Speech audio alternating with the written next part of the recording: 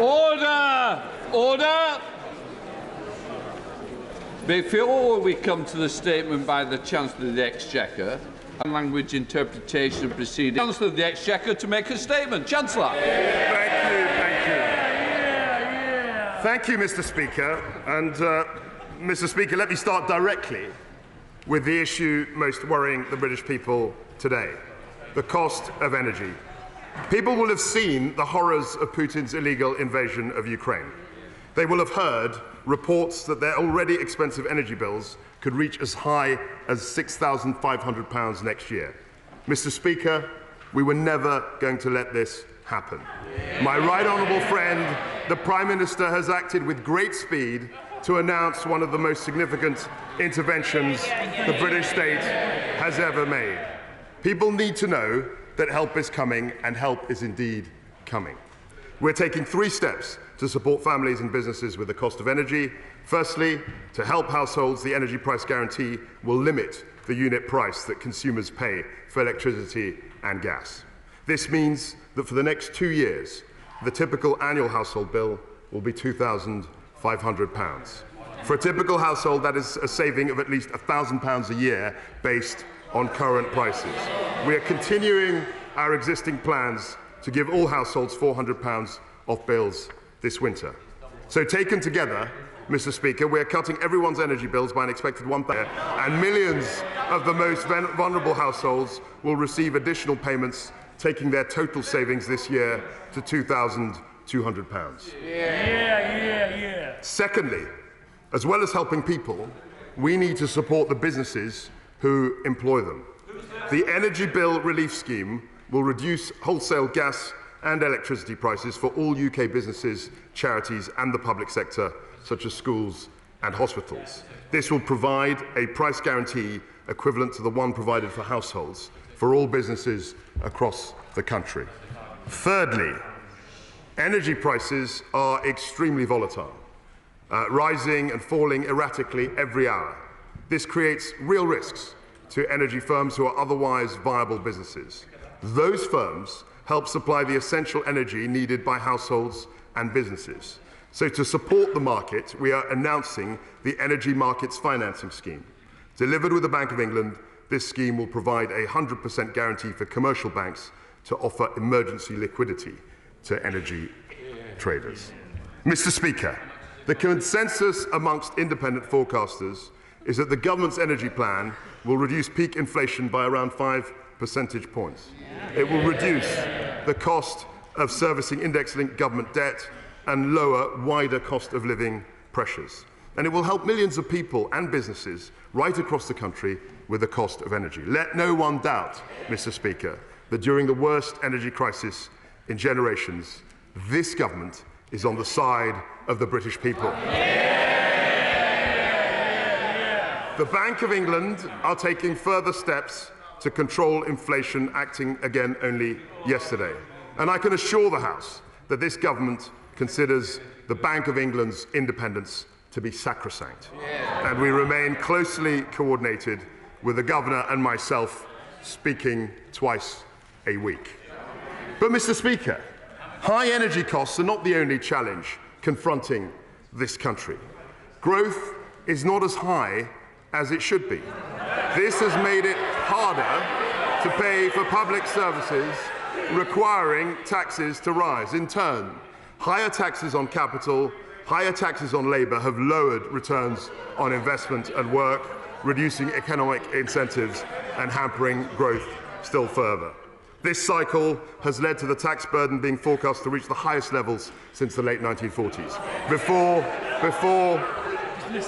even Her late Majesty acceded to the throne. We are determined, Mr. Speaker, to break that cycle. We need a new approach for a new era, focused on growth.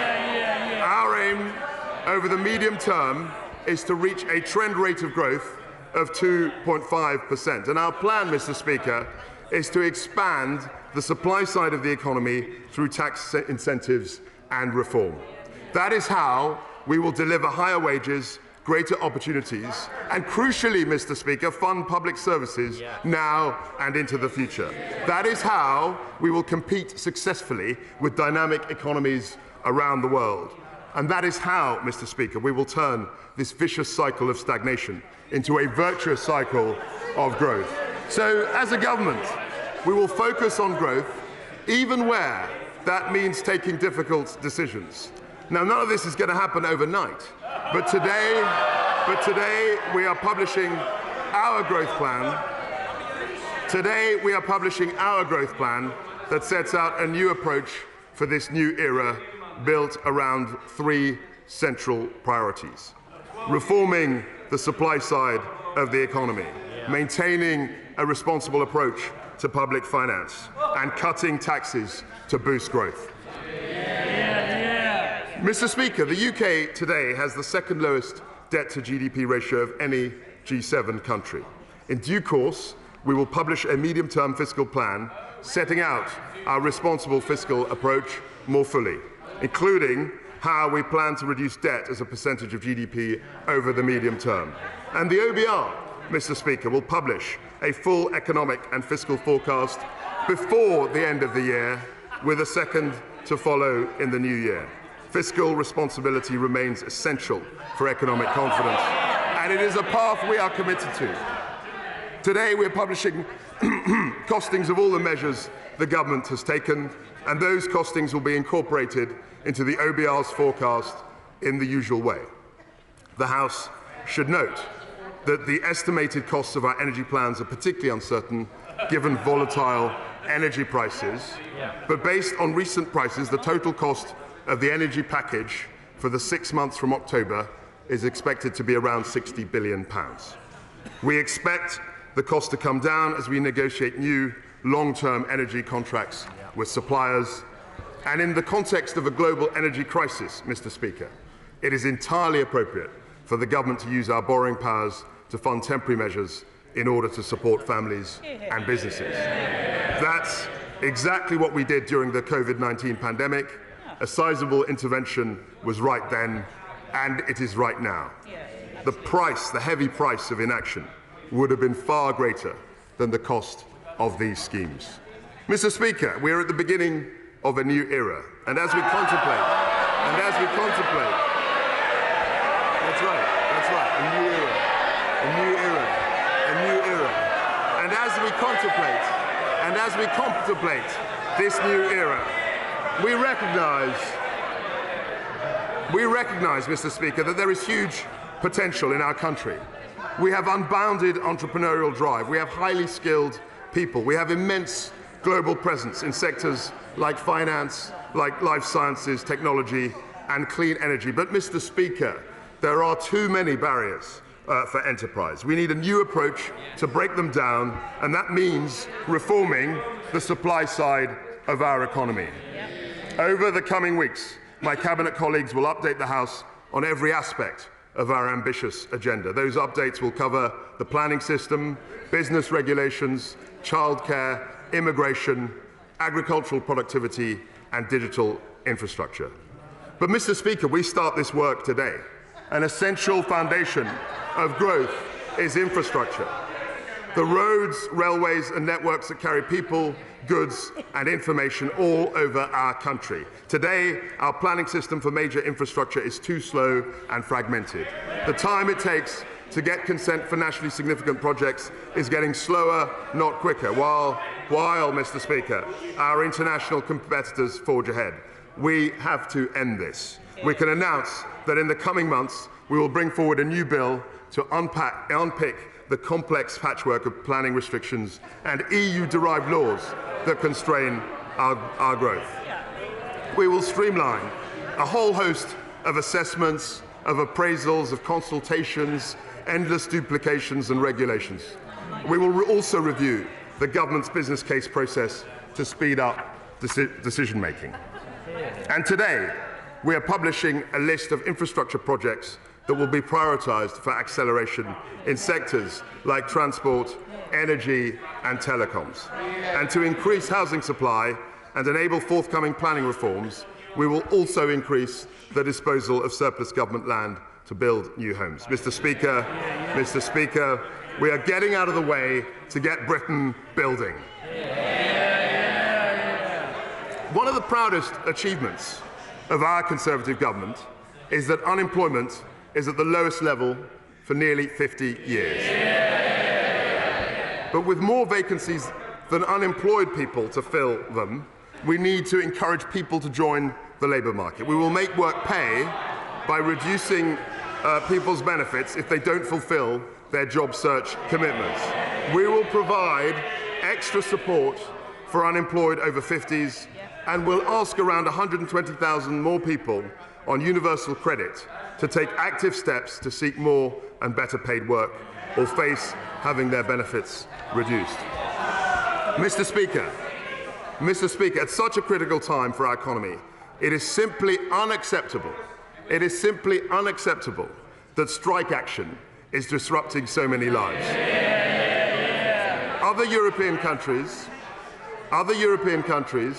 have minimum service levels to stop militant trade unions closing down transport networks during strikes.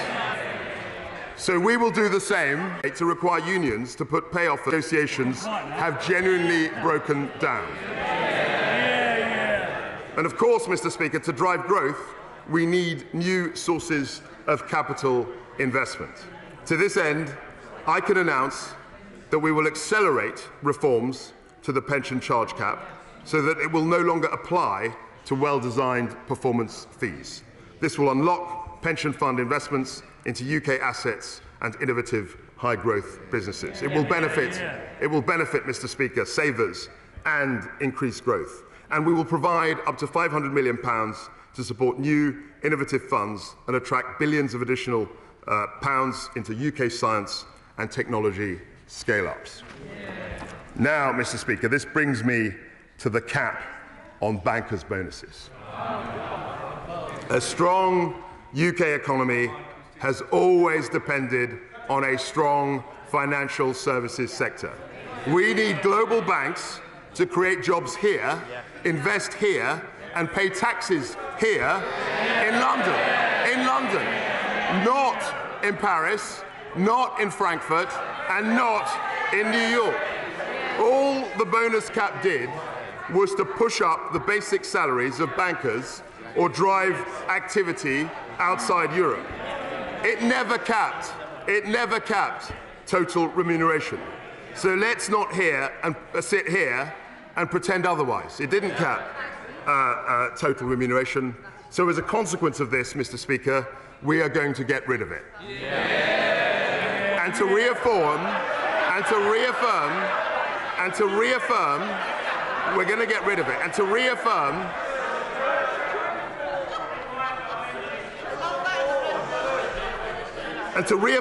the UK's status as the world's financial services centre, I will set out an ambitious package of regulatory reforms later in the autumn. But, Mr. Speaker, to support growth right across the country, we need to go further with targeted action in local areas. So today, I can announce the creation of new investment zones. We will liberalise planning rules in specified agreed sites, releasing land and accelerating development. And, Mr. Speaker, we will cut taxes. For businesses in designated tax sites for 10 years, there will be accelerated tax reliefs for structures and buildings and 100% tax relief on qualifying investments in plants and machinery. On purchases of land and buildings for commercial or new residential development, there will be no stamp duty to pay whatsoever. On newly occupied business premises, there will be no business rates to pay whatsoever. And if a business hires a new employee in the tax site, then on the first £50,000 they earn, the employer will pay no national insurance whatsoever. That is an unprecedented set of tax incentives for business, Mr. Speaker, to invest, to build, and to create jobs right across the country.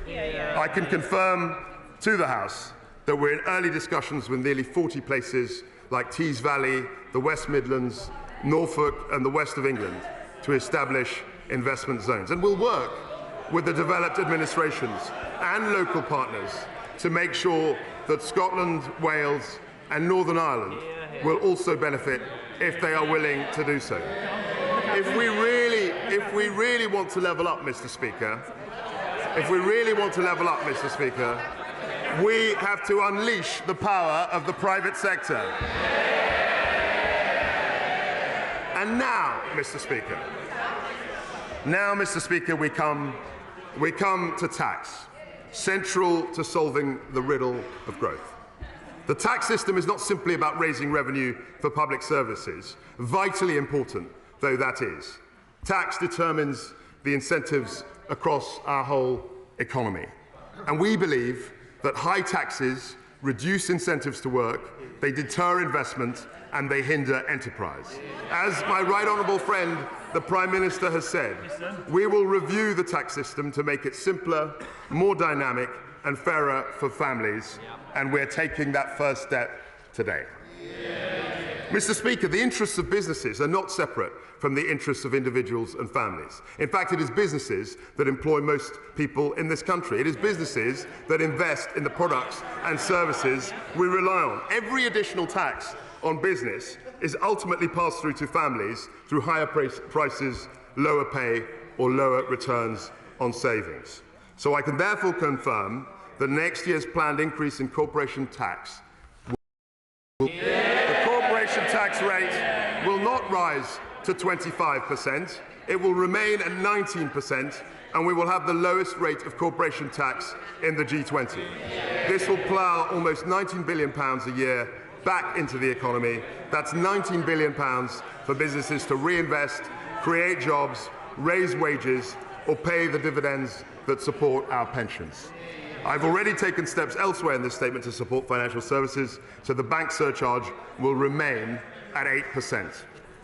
But, Mr. Speaker, we will do more to encourage private investment. The annual investment allowance, which gives 100% tax relief on investments in plant and machinery, will not fall to £200,000 as planned. It will remain at £1 million, and it will do so permanently. Our duty, Mr. Speaker, is to make the UK one of the most competitive economies in the world. And we are delivering. We will deliver on this. Mr. Speaker, we want this country to be an entrepreneurial, share-owning democracy. The Enterprise Investment Scheme, the Venture Capital Trust, we will extend beyond 2025. The Seed Enterprise Investment Scheme, company share option plans, we will increase the limits to make them more generous. Crucial steps on the road to making this a nation of entrepreneurs. For the tax system to favour growth, Mr. Speaker, it needs to be much simpler. I'm hugely grateful to the Office of Tax Simplification for everything they have achieved since 2010. But instead of a single arm's-length body which is separate from the Treasury and HMRC, we need to embed tax simplification into the heart of government. That is why, Mr. Speaker, I have decided to wind down the Office of Tax Simplification and mandated every one of my tax officials to focus on simplifying our tax code. To achieve a simpler system, I will start by removing unnecessary costs for business. Firstly, we will automatically sunset EU regulations by December 2023, requiring departments to review, replace or repeal retained EU law. This will reduce burdens on business, improve growth and restore the primacy of UK legislation. Mr. Speaker, we can also simplify the IR35 rules, and we will. In practice, reforms to off-payroll working have added unnecessary complexity and cost for many businesses. So, as promised by my right honourable friend, the Prime Minister, we will repeal the 2017 and 2021 reforms. Of course, we will continue to keep compliance closely under review. Mr. Speaker, Britain welcomes millions of tourists every year, and I want our high streets and airports, our ports and our shopping centres to feel the economic benefit. So we have decided to introduce VAT-free shopping for overseas visitors. We will replace the old paper-based system with a modern digital one, and this will be in place as soon as possible. This is a priority for our great British retailers, so it is our priority too. Our drive to modernise also extends to alcohol duties. I have listened to industry concerns about the ongoing reforms. I will therefore introduce an 18-month transitional measure for wine duty. I will also extend draft relief to cover smaller kegs of 20 litres and above to help smaller breweries. And at this difficult time, we are not going to let alcohol duty rates rise in line with RPI. So I can announce that the planned increases in the duty rates for beer, for cider, for wine, and for spirits will all be cancelled. Now, Mr. Speaker, we come to the question of personal taxation. It is an important principle that people should keep more of the money they earn. And it is good policy, Mr. Speaker, to boost the incentives for work and enterprise. Yesterday, we introduced a bill that means the health and social care levy will not begin next year. It will be cancelled. The increase in employer national insurance contributions and dividends tax will be cancelled. And the interim increase in the national insurance rate brought in for this tax year will also be cancelled. And this cut will take effect from the earliest possible moment, November the 6th. Reversing the levy delivers a tax cut for 28 million people, Mr. Speaker, worth on average £330 every year. A tax cut for nearly 1 million businesses, and I can confirm the additional funding for the NHS and social care services will be maintained at the same level. Thank you. Mr. Speaker, I have another measure. Today's statement is about growth. Home ownership is the most common route for people to own an asset, giving them a stake in the success of our economy and society. So to support growth, increase confidence and help families aspiring to own their own home, I can announce that we are cutting stamp duty. In the current system, there is no stamp duty to pay on the first £125,000 of a property's value. We are doubling that to £250,000. First-time buyers currently pay no stamp duty on the first £300,000. We're increasing that threshold as well to £425,000. And we're going to increase the value of the property on which first-time buyers can claim relief from £500,000 to £625,000. The steps we've taken today mean that 200,000 more people will be taken out of paying stamp duty altogether. This is a permanent cut, Mr. Speaker, to stamp duty effective from today. I have another measure, Mr. Speaker. I have another measure. High tax rates damage Britain's competitiveness. They reduce the incentive to work, to invest and to start a business. And the higher the tax, the more ways people seek to avoid them, or work elsewhere, or simply work less, rather than putting their time and effort to more creative and productive ends. Take the additional rate of income tax. At 45%, it is currently higher than the headline top rate in G7 countries like the US and Italy. And it is even higher than social democracies like Norway. But I'm not going to cut the additional rate of tax today, Mr. Speaker. I'm going to abolish it altogether. From April the 23rd, we will have a single higher rate of income tax of 40%. This will simplify the tax system and make Britain more competitive. It will reward enterprise and work. It will incentivize growth. It will benefit the whole economy and the whole country. And Mr. Speaker,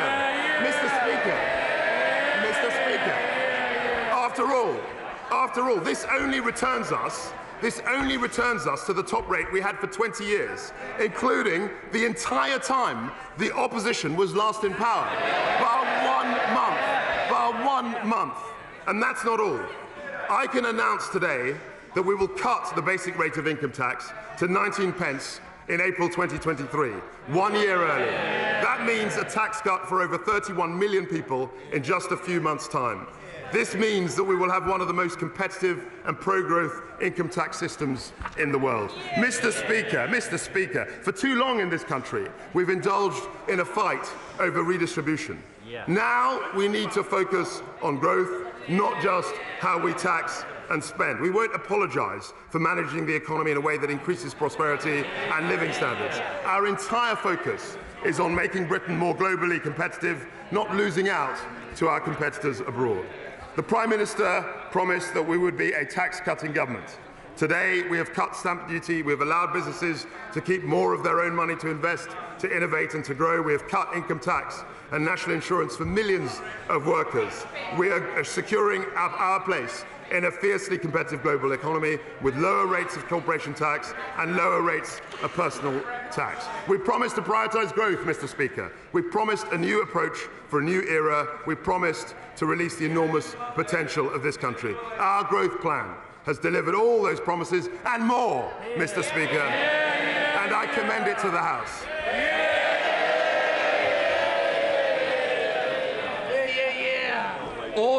Order. Before I call the Shadow Chancellor, I inform the Honourable and Right Honourable members that at the end of questions on the statement, I will call the Chancellor of the Exchequer to move a provisional collection of taxes motion. Copies of the motion are being made available in the vote office. I now call the Shadow Chancellor of the Exchequer, Rachel Reeves. Thank you, Mr. Speaker. I would like to welcome the Right Honourable Gentleman to his place. Can I thank the Chancellor on his comprehensive demolition of the record of the last 12 years. Their record, their failure, their vicious circle of stagnation. The Chancellor has confirmed that the costs of the energy price cap will be funded by borrowing, leaving the eye-watering windfall profits of the energy giants untaxed. The oil and gas producers will be toasting the Chancellor in the boardrooms as we speak, while working people are left to pick up the bill. Borrowing higher than it needs to be, just as interest rates rise. And yet the Chancellor refuses to allow independent economic forecasts to be published, which would show the impact of this borrowing on our public finances, on growth and on inflation. It is a budget without figures, a menu without prices. Speaker, what has the Chancellor got to hide? This statement is an admission of 12 years of economic failure. One last claim that these ministers are chopping and changing. All the chaos and confusion. There has been one person there throughout. The Prime Minister. She's been a minister for a decade and defended every single economic decision. So when the Prime Minister says she wants to break free from the past, what she really means to say is that she wants to break free from her own failed record. Because where have the last 12 years left us? Lower growth, lower investment, lower productivity, and today we learn that we have the lowest consumer confidence since records began. The only things that are going up are inflation, interest rates and bankers' bonuses. And borrowing. As the Tories become more and more detached from reality, millions of people, millions of our constituents, are lying awake at night, worried about how they're going to make ends meet. Labour won the argument that action on energy bills was necessary. But the question is, who pays? The energy producers who have profited so much from the rises in prices should make a contribution. But when the country asked who should fit the bill for their energy rescue package, the Conservatives responded, you, the British people. Instead of standing up for working people, the Conservatives chose to shield the gigantic windfall profits of the energy giants, leaving tens of billions of pounds on the table and pushing all of the costs onto government borrowing, to be paid for by current and future taxpayers. The Prime Minister and Chancellor have no regard for taxpayers' interests or for the concerns of working people. It's not just the Conservative Party is not working for ordinary families, it is actively working against them. Mr. Speaker, we have had 6 so-called plans for growth from the Conservatives since 2010. Here they are, Mr. Speaker, a litany of failure, every single one of them. Now, I do at least commend the Chancellor on having the ambition of achieving 2.5% growth a year, the last Labour government's rate of economic growth. But to achieve that sort of growth, and for that sort of growth to be sustainable, you need a credible plan. And the truth is that this government does not have one. The Prime Minister and Chancellor are like two desperate gamblers in a casino chasing a losing run. The argument peddled by the Chancellor today isn't a great new idea or a game changer, as the Minister said, as much as he'd like us to think so. What this plan adds up to is to keep corporation tax where it is today and take national insurance contributions back to where they were in March. Some new plan. And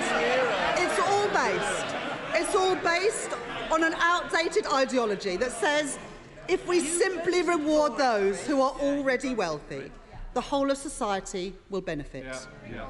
They've decided to replace levelling up with trickle down. As President Biden said this week, he is sick and tired of trickle down economics. And he is right to be. It is discredited, it is inadequate, and it will not unleash the wave of investment that we need. Mr. Speaker, it is not just those on this side of the House who have these concerns. The Right Honourable Member for Surrey Heath described the Prime Minister's economic plans as taking a holiday from reality. The Right Honourable Member for Richmond, that was 2 Chancellors ago, was perhaps too honest with his party. He said, "We have tried having a low corporation tax as a means of getting business to invest, but that it has not worked." Now, the new Chancellor and the new Prime Minister used to agree with that. Indeed, they voted for it. Labour supported it too. Members opposite might have changed their minds, but we have not. Because the evidence shows that low rates of corporation tax are not the best way to boost investment and productivity. And the Tories' own record shows that. Britain has the lowest headline rate of corporation tax in the G7, but we also have the lowest rate of business investment in the G7. That's why Labour would do what businesses are actually asking for, using targeted investment allowances to boost productivity and growth, and scrapping outdated and unfair business rates that harm our high streets and small businesses, replacing them with a system that's fit for the 21st century. And what about their other policies? Let's take the so-called investment zones. Again, these are nothing new. Every time they were tried, all they have achieved was moving growth around the country, not creating it. The best way out of the high-tax, low-growth spiral that the Conservatives have created is to get the economy firing on all cylinders in all parts of the country. It's going to take much more than a stamp duty cut to get our country back on track, and home ownership back to the levels last seen under a Labour government. Now, these stamp duty changes have been tried before. Last time the government did it, a third of the people who benefited were buying a second home, a third home, or a buy-to-let property. Is that really the best use of taxpayers' money when borrowing and debt are already so high? And can the Chancellor confirm today how much of this stamp duty cut will go to those purchasing multiple properties? Instead of stamp duties going up and down like a yo-yo, we need to get building. We need to target support at first-time buyers and tackle the issue of homes being sold to overseas investors. The Chancellor has made clear who his priorities are today. Not a plan for growth, a plan to reward the already wealthy, a return to the trickle-down of the past, back to the future, not a brave new era. The Chancellor and Prime Minister proclaimed in Britannia Unchained that the British are amongst the worst idlers in the world. And to prove that they mean it, instead of supporting working people, this government is cutting their rights at work. Working people are the backbone of Britain and they should be respected, not sneered at. Labour will always stand up for their rights. Mr. Speaker, the Chancellor has in effect today admitted he has broken his own fiscal rules. This is now the 10th time that the Tories have broken their own fiscal rules, something I'm sure that the Office for Budget Responsibility would have confirmed if they had been allowed to publish their forecasts today. Mr. Speaker, it is unprecedented to have a fiscal statement of this scale with no independent forecasts from the Office for Budget Responsibility.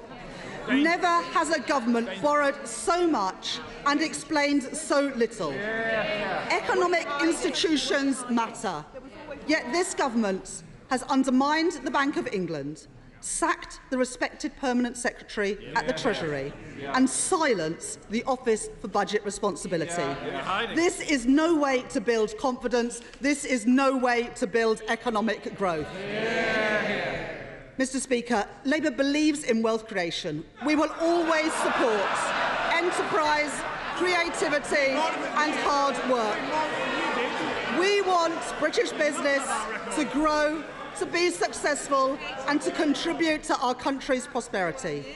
What we don't believe, as the Chancellor and Prime Minister do, is that British workers are idlers. We understand that it is the workers who turn up every day to make a great product at a factory or deliver a great service in the store who generate growth. It is the teachers giving the young people the skills they need, the doctors and nurses keeping people well, the entrepreneur taking a personal risk to start a new business. These are the people who generate growth, and they all deserve to share in it too. Mr. Speaker, this statement is more than a clash of policies. It is a clash of ideas. Two different ideas about how our country prospers. If you are a pensioner worried about the cost of living, a working family see your mortgage rate going up, a small business whose costs are spiralling, the government's announcements today do little to reassure them. Bigger bonuses for bankers, huge profits for energy giants, shamelessly shielded by Downing Street, and all the while, ministers pile the crushing weight of all of these costs onto the backs of taxpayers. The value of sterling has fallen. We can see it, half his colleagues suspect it, and financial markets know it. The verdict is clear. When it comes to the economy, this Tory leadership do not know what they are doing.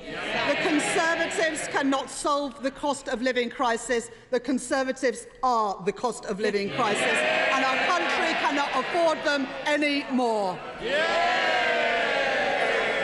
Chancellor of the Exchequer. Thank you, Mr. Speaker. I was very interested to hear the Right Honourable Lady's defence, and I was very curiously affected when she said that Labour believes in wealth creation. That was the biggest fancy I've ever heard. You cannot grow, Mr. Speaker, the economy if you keep taxing families. You cannot grow the economy. You cannot grow the economy if you see business as the enemy. We have to reiterate very clearly to our friends on the opposite benches that you cannot tax your way to prosperity. You cannot help workers by increasing their taxes. And far from denigrating British workers, what our measures have done,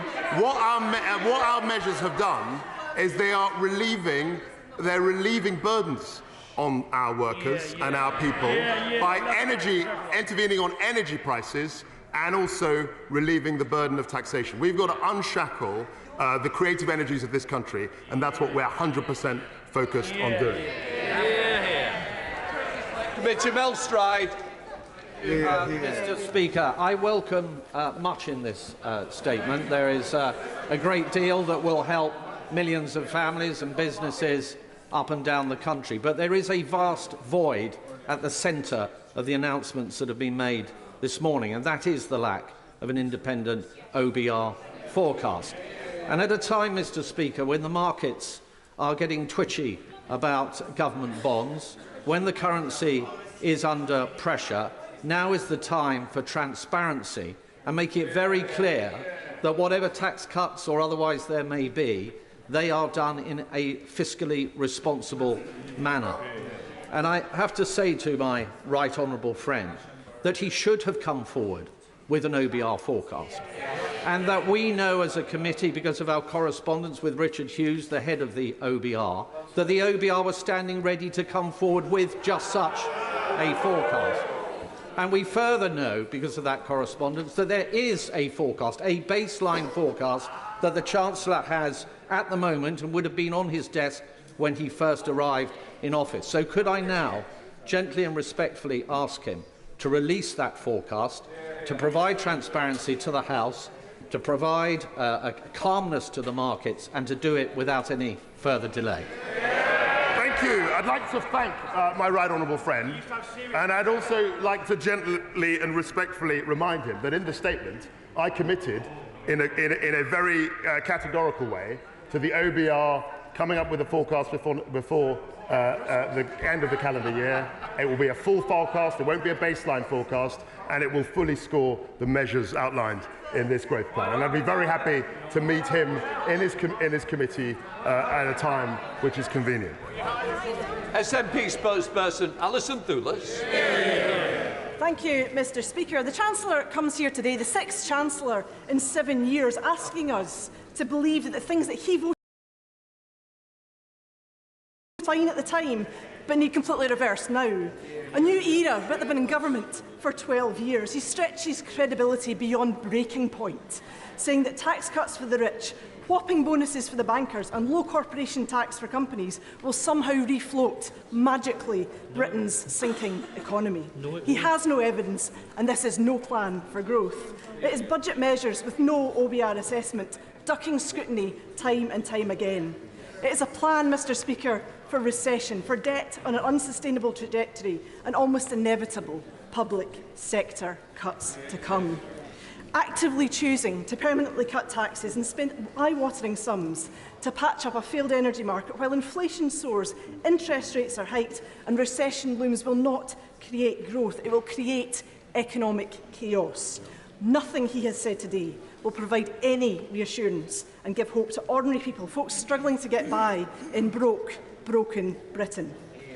Families unable to put food on the table and heat their homes, punished by the Tory benefit cap and the two-child limit. These policies are driving up child poverty, and the Chancellor should be scrapping them, not the bankers' bonus cap. Indebted households already struggling to pay their mortgages in debt. A stamp duty cut is not going to help, it's going to overheat that housing market even more. Mr. Speaker, disabled people and carers are terrified the electricity will run out. Pensioners are scared to turn on the heating. The energy price cap should not go up. It's already too high, and people must get more help now. Asylum seekers and people stuck on no recourse to public funds are forced to get by on a pittance, and there was nothing whatsoever for them from this Chancellor. Mr. Speaker, community organisations like Glasgow Central Mosque face additional energy bills of hundreds of thousands of pounds, which is a charity they just cannot afford.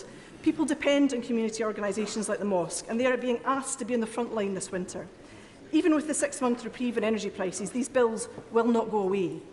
Would the Chancellor have the mosque close their elderly daycare service, or the counselling provision, the mother and toddler group, the poverty reduction work, or the vaccination centre that's been running in the community hall? These are very real choices communities are already having to make.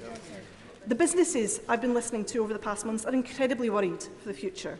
They were already facing severe pressure through supply chain costs, input costs, labour costs, COVID debts and Brexit woes before energy prices soared. Now they don't know how they will survive. 6 months will go by in a flash, and the question remains, what then? What then from the Chancellor? Companies can't wish away these bills. The eye-wateringly unaffordable contracts they are being forced to sign right now. What happens to those businesses who just miss the arbitrary cut-off? And what of the increase in standing charges, which we already know are disproportionately high in Scotland? Mr. Speaker, Scotland is an energy-rich country, but we don't have the power.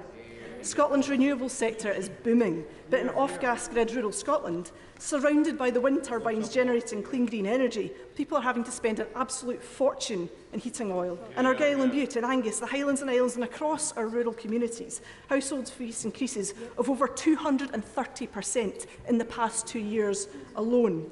The UK Government's offer of £100 is nothing short of an insult as people turn to credit cards to fill up their fuel tanks. The Scottish Government is doing all in its power to support people through this crisis, strengthening the safety net by increasing the Scottish Child payment to £25 a week, doubling the Fuel Insecurity Fund to £20 million and freezing rents, because renters are also facing pressures. We have the highest rate of the real living wage in Scotland. We've invested in tackling fuel poverty and energy efficiency, but we could do so much more with more budget and more powers. At the back of the Blue Book today, still no carbon capture and storage for the north east of Scotland, a game changer for renewables in Scotland. Where is that in the Chancellor's plans? Nowhere again. We could have growth by investing in skills, in net zero and productivity. The Chancellor's plans will not do this. Mr. Speaker, people don't freeze to death in our Nordic neighbours, and people there are not living in one of the most unequal countries in the world, and it's only getting worse. This right-wing, Thatcher cosplaying shambles of a government is making choices that they will never feel the consequences of. Mr. Speaker, I beg of this Chancellor to listen to those on the edge, those who are desperately looking right now to him for a lifeline, but no one should have to beg for a decent standard of living. The people of Scotland see a Scottish Government doing their best to mitigate the worst, but stymied by the broken politics of this union and this economic madness we heard from the Chancellor today. Scotland is looking for a different path, Mr. Speaker. Scotland needs independence. What Scotland doesn't need is reheated socialism from the SNP. She mentioned energy, and I'm always staggered when people in her party mention energy and they don't countenance nuclear power. Nuclear power is a great, clean form of energy. And while we speak about energy, she will know that we have indeed listened. We have implemented a limit to energy prices. My right honourable friend, the Prime Minister, who's no longer in her place, made the engagement within 2 days of taking office, and it's something which I'm very proud of, and we've also extended it to supporting businesses. In fairness, the spokesman for the SNP was heard in silence by members on this side. I certainly expect the answer to be heard in silence, and especially as it affects the constituencies concerned. Chancellor of the Exchequer. And I was very surprised to hear her mention energy, given the SNP's appalling record in that regard. I'm very open to her ideas, but I would very much recommend that she pursues nuclear power, which has got a great tradition in Scotland. John Benn. Mr. Speaker, I very much welcome the aspirations for growth, and all governments, all Conservative chancellors should have their minds focused on sustainable growth. I welcome the measures on EIS and SEIS which were planned. I note the economic logic behind the banker's bonus cap change. But what I would say is that in my 4.5 years as City Minister, the biggest concern that banks had was for the overall tax burden. And I would urge him to keep a focus on the global competitiveness of that. But the final point I would like to make is, in an era of grave uncertainty around inflation, there is a clear concern in the markets around the irreconcilable realities of monetary tightening at the same time as fiscal loosening. And I would welcome the Chancellor's observations and reassurance to the markets at this time. In terms of the 2 points he made, he's absolutely right to say bankers are concerned about the overall tax burden. And that's why many of the bankers in the City of London are going to Paris, because they're paying 30% tax there. That's a legitimate thing, and that's why we've reduced tax levels. With respect to monetary and fiscal policy, he will know that monetary policy is the responsibility of the bank, and monetary policy is targeted on inflation. And the fiscal policy that fiscal course that we've charted has absorbed 2 exogenous shocks in the form of COVID-19 and the Russian invasion of Ukraine, and it is entirely appropriate in both those circumstances to have a looser fiscal policy to steer our path through those shocks. There's entire logic to those positions. Dame Angela Riedel. Chancellor, without giving us any sign of the figures, has had a budget now, has announced what is in effect a budget with massive tax cuts, most of which go to those who are already well off. And he has asserted, Mr. Speaker, that this will lead to growth. But he must now admit that there's absolutely no evidence whatsoever that large tax cuts for the already well-off actually lead to growth. In fact, the IMF has said the opposite. In response to that, I would say that there is plenty of evidence that high tax, high regulation socialism leads to a complete disaster as far as economic outcomes are concerned. And we are doing the opposite. Andrea Lebs. Dame Angela. Thank you, Mr. Speaker. Can I commend my right honourable friend for the incredibly broad package of support for all those who are faced with massive energy bills right now? And does he share my concern that members opposite are talking down the size of that package, and that in itself is causing grave concern amongst pensioners and families who are not therefore understanding that actually help is on its way and that the government has sought to deal with that very grave concern? I'm very grateful to my right honourable friend for pointing out that the scale of the intervention is unprecedented and millions of people and businesses will be helped by what the government is doing. I'd like to thank her very much for that. John MacDonald. The cut of the 45p rate benefits the richest 1% in our society. Combined with lifting the cap on bonuses and his attack on those on universal credit, does he not realise that this is the most socially divisive budget in a generation? And has he not looked at history of engineered booms of this sort, which in the 1960s, the dash for growth created catastrophe in our economy, the Barber boom of the 70s created unemployment, and the Lawson boom eventually created chaos? The only benefit which each of those three engineered booms resulted in the fall of a Tory government. All I remember was the financial crisis of 2008, which his own party presided over and managed to engineer. The other point I would mention is that the 40p rate was the rate for 20 years, and it was actually the rate that adopted by his party when they were successful and they used to win elections. John Redwood. I strongly welcome the growth plan and the tax cuts that will help deliver it. And does he agree with me that there are more obstacles to be swept aside so that we can grow more of our own food, produce more of our own energy, supply more of our own goods, to raise the living standards, generate the better jobs that we all want? As so often, my right honourable friend is 100% right. Sarah Olney. Very much, Mr. Speaker. This Conservative government is completely out of touch. Today we've witnessed the biggest and most irresponsible increase in borrowing in recent times, borrowing that could have been offset by increasing the windfall tax on oil and gas companies. But instead, this bill will be paid by millions of householders through higher taxes for years to come.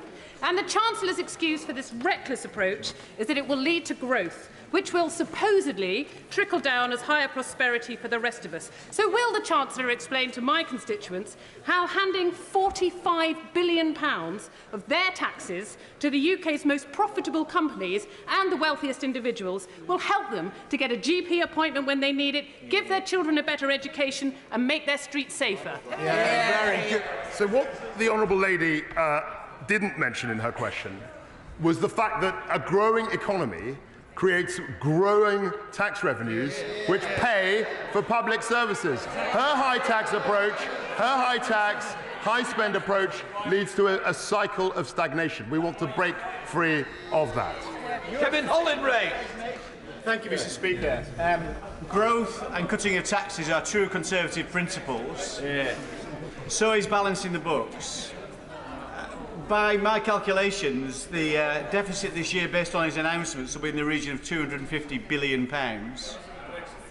Probably £150 billion. That's certainly the evidence we got to the Treasury Select Committee yesterday. I'd be interested in his actual forecast if that's not the case.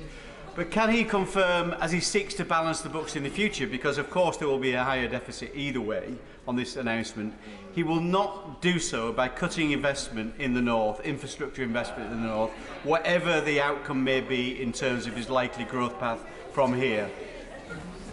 So my honourable friend will know that through growth we will get more tax receipts, which will actually, over the medium term, reduce certainly the net debt to GDP ratio, and that's 100% what we're focused on. And he's right that in the past we've tended to reduce expenditure on capital projects, and we mustn't do that in the future if we're to pursue our goals in terms of levelling up. Dame Margaret Hodge. Thank you, Mr. Speaker. We expect our government to implement policy based on evidence. And as a student of history, the Chancellor will be familiar with Anthony Barber's 1970 disastrous economic experiment. Same thing, low tax, deregulation, desperate quest for growth, and all that did was lead to the Barber boom, followed by a big crash, 3-day working week, and it turned to bust.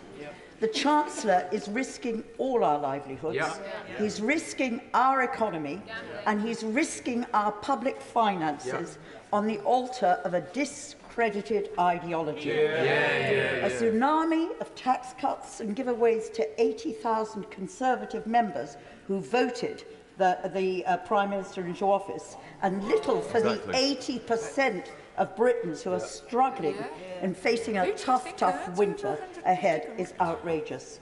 According to Einstein, Mr. Speaker, insanity is trying to do the same thing over and over and expecting different results. My question to the Chancellor is this: can he not see that his budget is madness?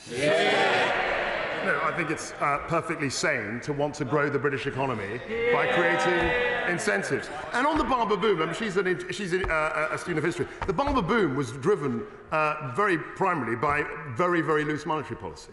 It was essentially a demand sort of pump priming experiment. This is the opposite of that. What we're trying to do is to create incentives and also look at supply side reform. It's a completely different model. Greg Hans. I congratulate the Chancellor on the measures announced today, and congratulate him personally as well on his new role, particularly the cut in base rate, the abolition of the 45p rate, the stamp duty cut, and also the return of tax-free shopping to visitors, which will be very much welcomed in central London. Could I ask him to look further at the 7-year bonus deferral rules in financial services, which are actually amongst the most punitive in the world today? Absolutely. I will be updating the House on measures for the financial services to try and make sure that they become, as they have been in the past, a world-leading industry. Sammy Wilson. I think many people will be astounded at the reaction there has been today at the Chancellor's proposal to increase economic growth in the United Kingdom, which will increase standard of living, increase employment, help to raise revenue for public services and reduce the national debt. I only hope that the Brexit freedoms that he's talking about, once we are free of the Northern Ireland Protocol, will lead to investment zones and regulatory reform in Northern Ireland. But would the Chancellor consider two things to help working families? First of all, as far as childcare tax-free allowances are concerned, which would be an immense help for working families, would he consider an increase in that? And since 2/3 of people in Northern Ireland rely on home heating oil, would he accept that £100 of an increase when there's been a 300% increase in the price of heating oil is not acceptable? On those three issues, we're absolutely looking at the childcare issue, and I'm sure colleagues, one of my cabinet colleagues will update the House on that. We're talking about the heating oil intervention. And on investment zones, we are very, very willing and eager to engage with Northern Ireland colleagues and friends on working out how we can roll out investment zones in Northern Ireland. Anthony Brown. I strongly welcome this radical and generous package of measures to promote growth and provide support for households. And I also very much welcome the fact that we're positioning the Conservative Party as a low-tax party. And I join my colleagues in welcoming the cuts to income tax and corporation tax and various other taxes. I also particularly welcome the cut to the most economically damaging of all taxes, which is stamp duty, which is seen as reducing labour mobility, clogging up the housing market. That cut is welcome. But groups like the Institute for Fiscal Studies have called for the full abolition of stamp duty to promote economic growth. Will my right honourable friend, the Chancellor, go even further and look at further cuts to stamp duty to reduce the economic damage it causes and the damage to households? My honourable friend, whose policy prescriptions are always very interesting and very valuable. I've only been in post 2.5 weeks, but I'd be very happy to discuss with him how we can simplify our tax system. Thank you, Mr. Speaker. We know that inflation is way off target, and today's announcement of 45 billion worth of tax cuts is going to make that worse, forcing the Bank of England to have to consistently continue to raise mortgage rates, and that's going to hammer homeowners and mortgage holders. The Chancellor hasn't published the OBR analysis. Isn't it time he does? And isn't the reason why he's not publishing it is because they reveal that he has broken the fiscal rules he voted for and will not achieve the growth target that he set himself? As I reminded my right honourable friend, the OBR, and I said in my statement, the OBR will be coming up with a forecast certainly before the end of the calendar year, and I'm very, very interested to hear and to see what they have to say. Thank you, Mr. Speaker. And President Putin has weaponised the cost of energy against Western economies, and the measures announced today are very welcome in helping our constituents with temporary support through this terrible time of invasion. Will the Chancellor confirm that the measures he's announced today that support business will also continue to incentivise investment in renewable energy in this country so that we can never allow Putin to weaponise energy against us again? My honourable friend makes an excellent point with regard to renewables. It's always salutary to remind the House we've got 11, nearly 12 gigawatts of installed capacity of offshore wind, which makes us the second only to China in terms of the offshore wind rollout. And there's no reason why we can't continue to lead the world in renewables, particularly in offshore wind, solar and other forms of renewable power. Emma Hardy. Mr. Speaker, does the Chancellor agree with the former Bank of England rate setter Martin Wheel, who says that the government's approach could end in tears with a run on the pound? What will end in tears is high taxes, high spend and very low growth. And that's what exactly the iron cycle that we're trying to break. Andrew Mitchell. I very much welcome what my right honourable friend has said in respect of growth about investment zones, which he says will come to the West Midlands. I think that will be very helpful in levelling up in the West Midlands and the Birmingham area.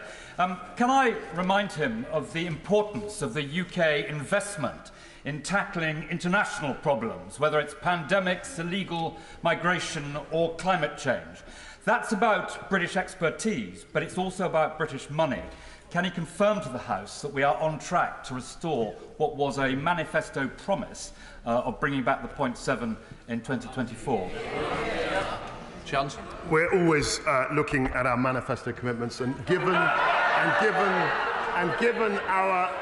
our leadership in this, I hope that we can come to the 0.7 as soon as is practicable and the public finances allow. Ben Lake. The Chancellor began his statement by stating that the government will be cutting everyone's energy bill by an average of £1,400. But there are concerns, of course, whether this will indeed be the case for households and businesses that are not connected to the mains gas grid. Some 74% of properties in Ceredigion depend on alternate fuels, that will not be subject to the measures announced this week. Therefore, will there be further support for such households and businesses to ensure that they benefit in a similar way to those that are connected to the mains gas grid? Yeah, we're discussing support for off-grid properties, people who rely on heating oil and other forms of energy. And that's something which my right honourable friend, the Business Secretary, Energy Secretary, will be discussing as well, and will set forth in more detail very soon. Sir Jeremy Wright. Thank you very much, Mr. Speaker. I welcome the short-term support on energy costs the government is pursuing, and I welcome too the government's focus on growth in the longer term. But would my right honourable friend agree that growth is dependent on confidence?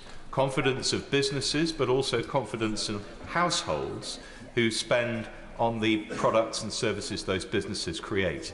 And would you also agree that that confidence will evaporate if people's costs on their mortgage increase further than the benefits that they gain from tax? And also reducing the tax burden. But he's quite right that there is a risk in respect of interest rates, and I'm speaking to the Governor regularly to see what his views are on that. We're working closely together, and we will be very focused on alleviating the burden on our constituents. George Howard.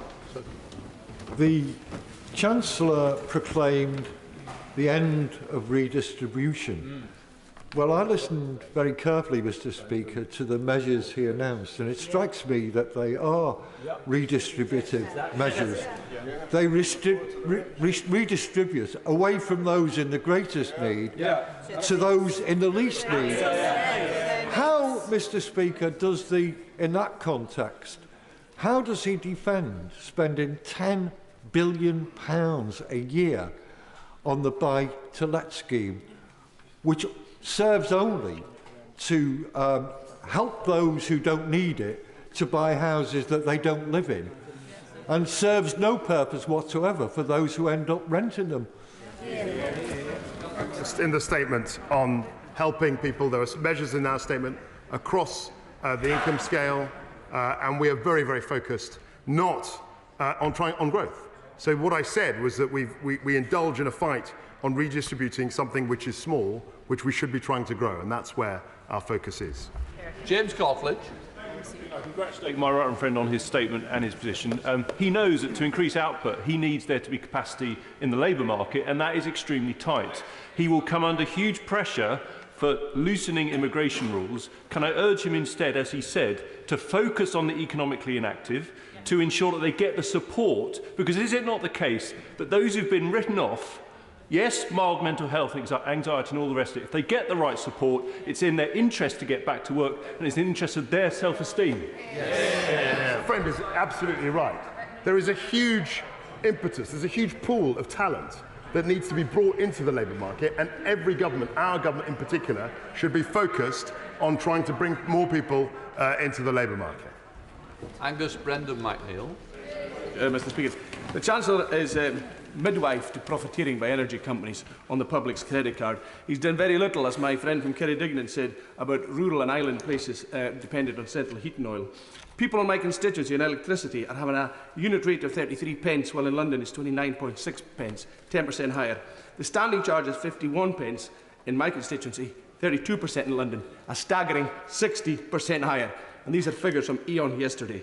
This UK government is a highwayman, absolutely stealing from energy-rich Scotland. It is a disgrace. And this Chancellor should be conduct himself far more fairly than he is. This is, as has been said, something for the rich and not for the deserving. I reject that, and he will know that when I was Business, Energy and Industrial Secretary, Industrial Strategy Secretary, I was very focused on bringing the renewable pot for remote island wind. And we achieved great things working together, and I hope that we can continue that dialogue now I'm in this office. Richard Drax. Thank you, Mr. Speaker. Can I welcome our honourable friend to his place, and how refreshing to hear some Conservative policies. Weymouth is talking with officials about the idea of an investment zone. We are entirely supportive, and we very much hope we get it.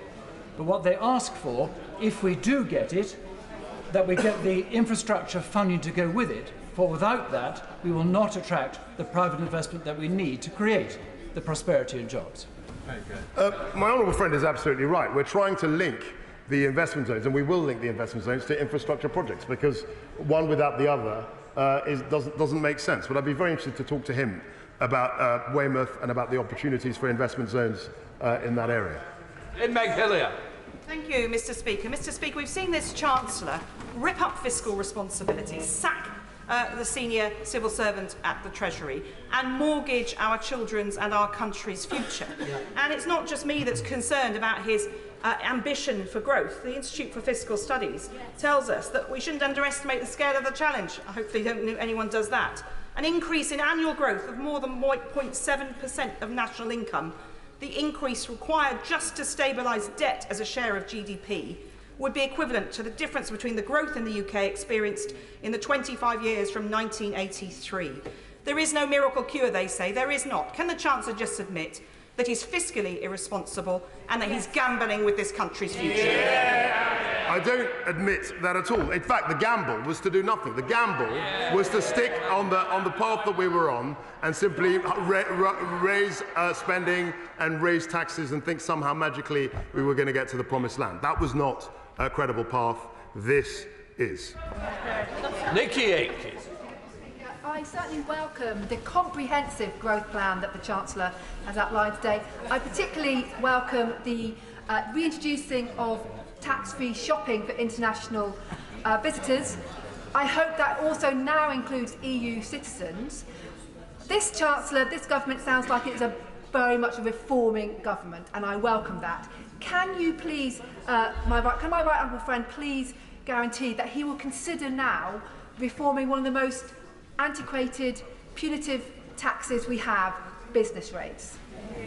A tax review to fit our tax system to the 21st century, and I'd like to pay tribute to my honourable friend and her campaign on VAT, the business secretary, and I hope that we can actually deliver on her vision. Kenny McCaskill.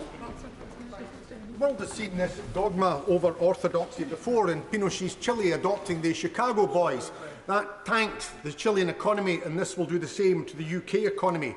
The pound will tank, inflation will rise, and unemployment will escalate. Social discord will also come as a result. The Chancellor says that tax is not simply about revenue, but about the economy. I agree. But it's also about the society that you want. And what he is doing is taking from the poor and giving to the rich. Giving to this generation and impoverishing the young and future generations. Ensuring that the UK becomes an ever more unequal society. That comes at a cost not just in unemployment, but all sorts of social issues that we saw in the 1980s. That's why Scotland demands its referendum. We want the opportunity to continue to build a better and fairer society. This is a route to disaster that will be paid not just by the poor, but indeed by middle income, and only the rich will benefit. Well, I'm glad to hear the honourable gentleman's optimistic assessment of my growth plan, but I think he's entirely wrong. I think what we have to do is focus on growth. That's what we're doing, and that's what we will be delivering. Rick Clark. Thank you very much indeed, Mr. Speaker. I welcome my right honourable friend's statement. He's absolutely right to focus the Treasury on growth. One of the most important sources of that is to build on our excellence in science and innovation. So will my right honourable friend say whether he's still committed to reaching the 2.4% international average for R&D investment by 2027 and to achieve his target of 20 billion by the end of this Parliament? That, and I want to pay tribute to my right honourable friend's tenure in Bays. He was a great Secretary of State who really championed science. I did try to do the same in that post, and I look forward to engaging with him on the science agenda going forward. John Trickey. Thank you, Mr. Speaker. And isn't it clear that the Chancellor's growth plan only grows one part of the economy, and that's the bankers' bonuses and the incomes of the richest in our society? And if the Chancellor really wants to cut through the cycle of low pay, poor productivity and low economic growth, shouldn't he actually be abandoning his ideological commitment to trickle-down economics and finally announce a massive public programme of investment in England and Britain's regions and nations? So We do have a massive programme of investment, and it's called business and the private sector being able to mobilise capital to act in such institutions like investment zones. That's a really radical plan, and I was delighted to announce it this morning. Robert Halford. Thank you very much, Mr. Speaker. I strongly welcome the income tax cuts and the energy rebates and the freeze, as well as the other cost of living measures, which will enormously help my constituents, many of whom are working 7 days a week just to keep their heads above water.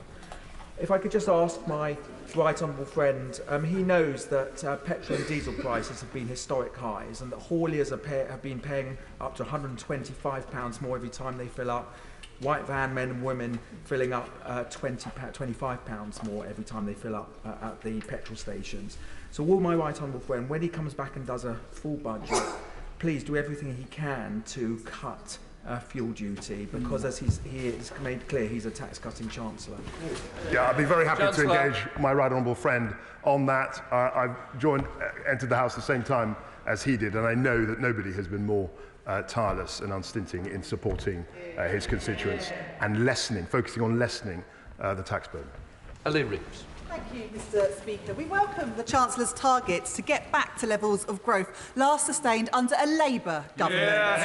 But under the Conservatives, the UK is currently forecast to have the slowest growth rate of any advanced economy next year. So can the Chancellor tell us what the OBR's estimate is of the impact of the measures announced today on growth? As I said, the OBR will come up with a full forecast before the end of the calendar year. Very clear they don't like Martin Vickers. Thank you, Mr. Speaker.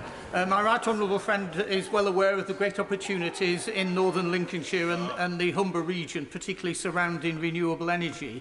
And I welcome his announcement relating to investment zones. And I and the two Conservative local authorities in my constituency want to work with him to deliver that. But even sooner, we can actually deliver on the Humber Freeports. Can he confirm that the Freeport designation will continue, and will he unblock the process that is delaying the launch of the Freeport? The Freeports are certainly continuing, and I'll be very happy to speak to my honourable friend about how we can, as he says, as he puts it, unblock the process to accelerate the Humber Freeport bid. Caroline Lucas. Thank you, Mr. Speaker. This budget amounts to an environment wreckers charter, and it is also a statement of missed opportunities. For example, a report just this week shows that a major programme of insulating homes in Britain and installing heat pumps could benefit the economy by £7 billion a year, create 140,000 jobs, by 2030, get our fuel bills down, get climate emissions down too. Tucked away in the growth report on page 14, there is a tiny reference to some investment in energy efficiency. It is nowhere near enough. Why is he setting his face against the kind of retrofit revolution that offers the only viable way out of the current crisis, as well as reducing our dependence on fossil fuels? Is it because, for him, dogma and deregulation trump evidence and common sense every time? It's not about dogma and deregulation. In fact, in terms of the eco and energy efficiency measures, I have campaigned for them certainly when I was business secretary, and I made sure that there was, in fact, reference in the growth plan to the eco plan. And we're going to try, and we may well expand that at a future date. Alberto Costa. Thank you, Mr. Speaker. Nuclear power must form part of a diversified energy portfolio. Can I welcome the measures that the Chancellor has announced today, particularly accelerating energy infrastructure? Can he just say a few words about whether his welcome package includes accelerating modular nuclear reactors? This is the future of the nuclear industry. Would you like to say a few words about that? Look, I was very focused, as he knows, on SMR production when I was Bay's Secretary of State, and it's something that I want to, the thinking about that I want to bring into the heart of the Treasury. There's still negotiations to be had, but he's absolutely right. SMRs, nuclear, that's part of our energy mix in the future. Jess Phillips. Thank you, Mr. Speaker. Can the Chancellor just confirm for me that he has just announced a tax cut that means someone earning £1 million will be £40,000 better off? That is more than a nurse earns and over £10,000 more than the average wage in Birmingham. Yeah. What I am going to confirm is that the top rate of tax has gone back to what it was before she entered the House, but when the party opposite was successful and winning elections. The top rate was for 20 years, and that's what we've gone back to. Peter Alders. Thank you very much, Mr. Speaker. In the Lowestoft and Great Yarmouth area, there is already an enterprise zone which has been very successful, though the land allocated needs to be adjusted to take advantage of the opportunities in the offshore energy and a revived fishing industry. Can my right honourable friend confirm that this existing enterprise zone will benefit from the opportunities that will be provided for the investment zones that he's announced? Chancellor. The enterprise zones, free ports, new investment zones will all benefit from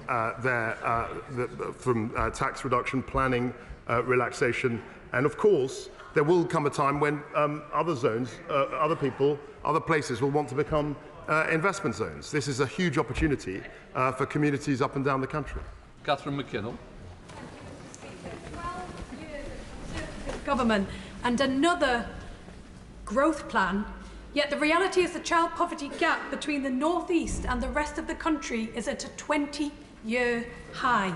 So can the Chancellor explain how giving these tax cuts to the most wealthy will put food on the table of children living below the poverty line in Newcastle this winter? When a recession and economic downturns have hit in the past, the people most adversely affected are the most vulnerable in society. What that means that we have a duty to grow the economy and to make sure that we turbocharge growth. That's how we will help all of our constituents. Thank you, Mr. Speaker. Can I warmly welcome my right honourable friend's statement and the return to low tax free market principles that we on this side know will lead to growth and prosperity for everybody in our country. Now, we know the role that the self-employed and entrepreneurs played in growing the economy and getting us back to prosperity after the mess the party opposite made of the economy when they were last in government. So I was delighted to see the reforms to IR35 in my right honourable friend's statement. Can he confirm that with 12,000 registered self-employed in my constituency, those reforms will come quickly to give the self-employed of today, the entrepreneurs of tomorrow and the businesses that might contract their services the confidence to get on and grow? Chancellor. Absolutely, 100%.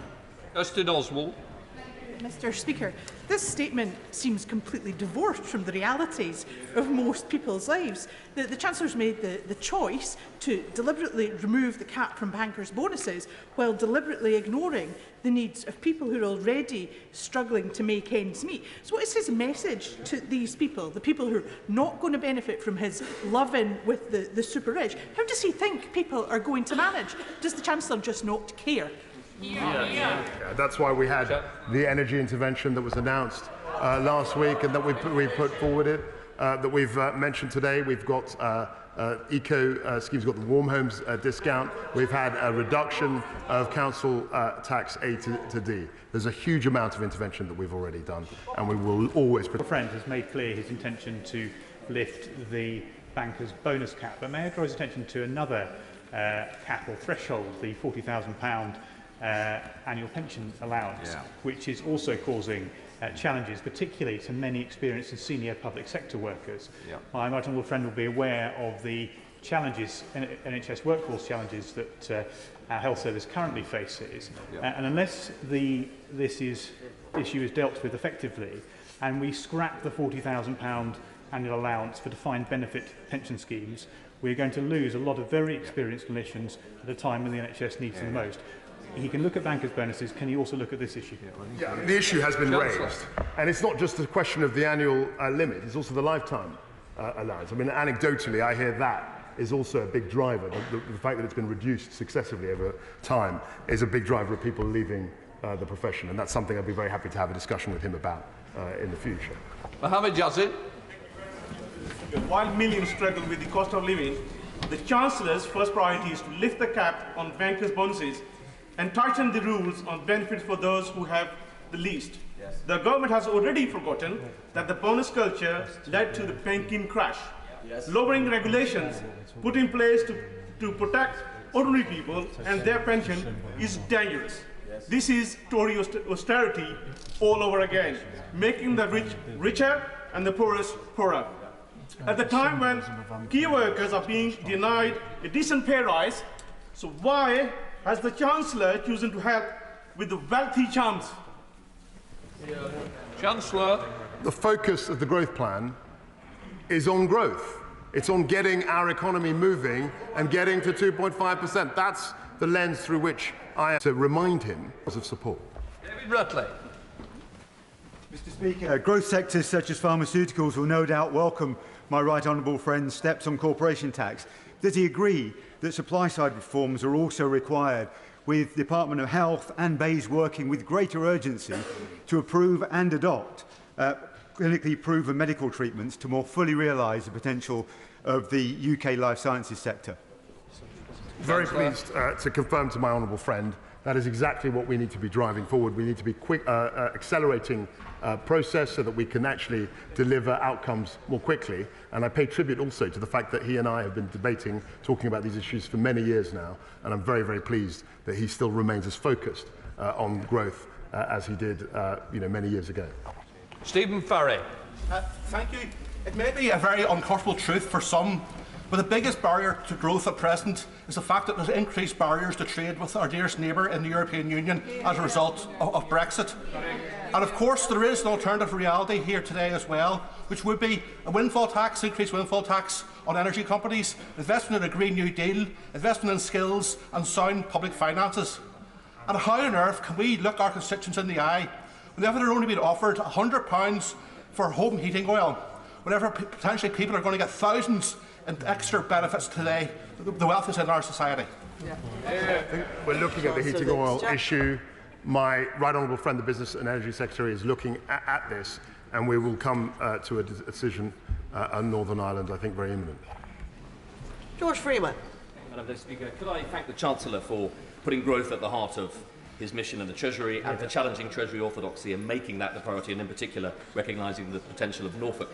Would he agree with me that there are different types of growth, and we need growth that drives levelling up, strengthens the union, that drives innovation for higher productivity, and that science, technology and innovation are fundamental to it? And would he agree with me, echoing the comments of my right honourable friend, the Chair of the Science and Technology Select Committee, that we need the Treasury to move quickly to unlock private investment in fast-growing sectors? My honourable friend is absolutely right. I'd like to pay tribute to his service as Science Minister when I was Secretary of State in BEIS. We worked very closely together then, and I hope we can work closely now to make sure that Treasury and other departments are as focused on the science and technology agenda as my honourable friend. Stephen Timms. Thank you, Madam Deputy Speaker. Will the Chancellor give the important assurance that his predecessor gave, that social security benefits will be fully uprated in the usual way, in line with this month's inflation figure? We will make announcements about that in due course. This is Helen Whately. Thank you, Madam Deputy Speaker. Can I welcome my right honourable friend's focus and drive for increased economic growth and for making sure people get to keep more of what they earn? Can I ask him to assure me as part of that that government will be absolutely focused as well on reducing the barriers that sometimes prevent people from working more and earning more, particularly skills and childcare? I think the childcare issue has been raised many times, and I'm looking forward to more subsequent statement from my right honourable friend, the Secretary of State for Education. That's clearly an issue which can unlock growth and also protect families so that they can go out and earn money to look after their family. I mean, that's really important. Tim Farron. Madam Deputy Speaker, surely the Chancellor understands that the cut in stamp duty will do nothing to help 99% of people who can't quite afford their own home. It will do huge amounts to incentivise people who want second, third, fourth and fifth homes in my constituency, in Cumbria and other rural parts of Britain. Does he not realise the damage that excessive second home ownership and non-permanent occupied dwellings does to communities like mine, those in Cornwall, those in Northumberland and the rest of the country? Will he listen to rural Britain and stop backing second homeowners and back our communities instead? We are backing his communities. We are backing communities by reducing taxes, by creating the potential for investment zones, by the energy intervention, whole host of measures that are backing ordinary, hard-working people.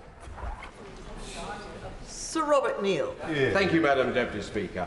I welcome much of the announcement. Can I in particular welcome the change to IR35? As the Chancellor will know, that has caused real distress and injustice to many honest, hard-working, self-employed people. I also welcome the changes to stamp duty. But will he bear in mind, as I'm sure he does as a Conservative, that we also believe in sound money and that we must keep an eye upon inflation, because we do not want the benefit of the stamp duty cut to be eroded for many homeowners by the increased mortgage costs? Absolutely, and he will understand. I mean, historically, if you look at high periods of debt, we managed to get out of that by growing our economy. That's why we've got a renewed focus on growth. What we can't do is simply tax our way to prosperity. That has never happened before. Barry Sherman. Mr. Speaker, can I inform the Chancellor of the Exchequer that that was probably the most disappointing presentation I've had since I came into the House since 1979. And the fact of the matter is, what exactly is he hiding? Is he hiding the fact that what he's announced today will mean that in the future, my children, our grandchildren, will have to pay the price of what he's announced today? Isn't that the truth? We're going to put this borrowing on future generations, and that will blight the whole future of that generation. What I find extraordinary, Madam Deputy Speaker, is that people on the benches opposite stood on a platform of pure, unadulterated socialism in 2019, which was totally reckless, and had no interest in the private sector. What we're doing is putting more money into the pockets of people and businesses. That's what drives growth. Duncan Baker. Thank you, Madam Deputy Speaker. Is it not the case that already the Chancellor's intervention to freeze energy bills is predicted to reduce inflation by 5 percentage points, and that for every single percentage point that inflation comes down by, it reduces our borrowing costs by £6 billion. And therefore, by simple economics, which the party opposite need a bit of a lesson in, it is entirely feasible that within the G7 we have GDP. It makes this growth strategy entirely plausible. He's absolutely right. Because of careful stewardship of the public finances, we can withstand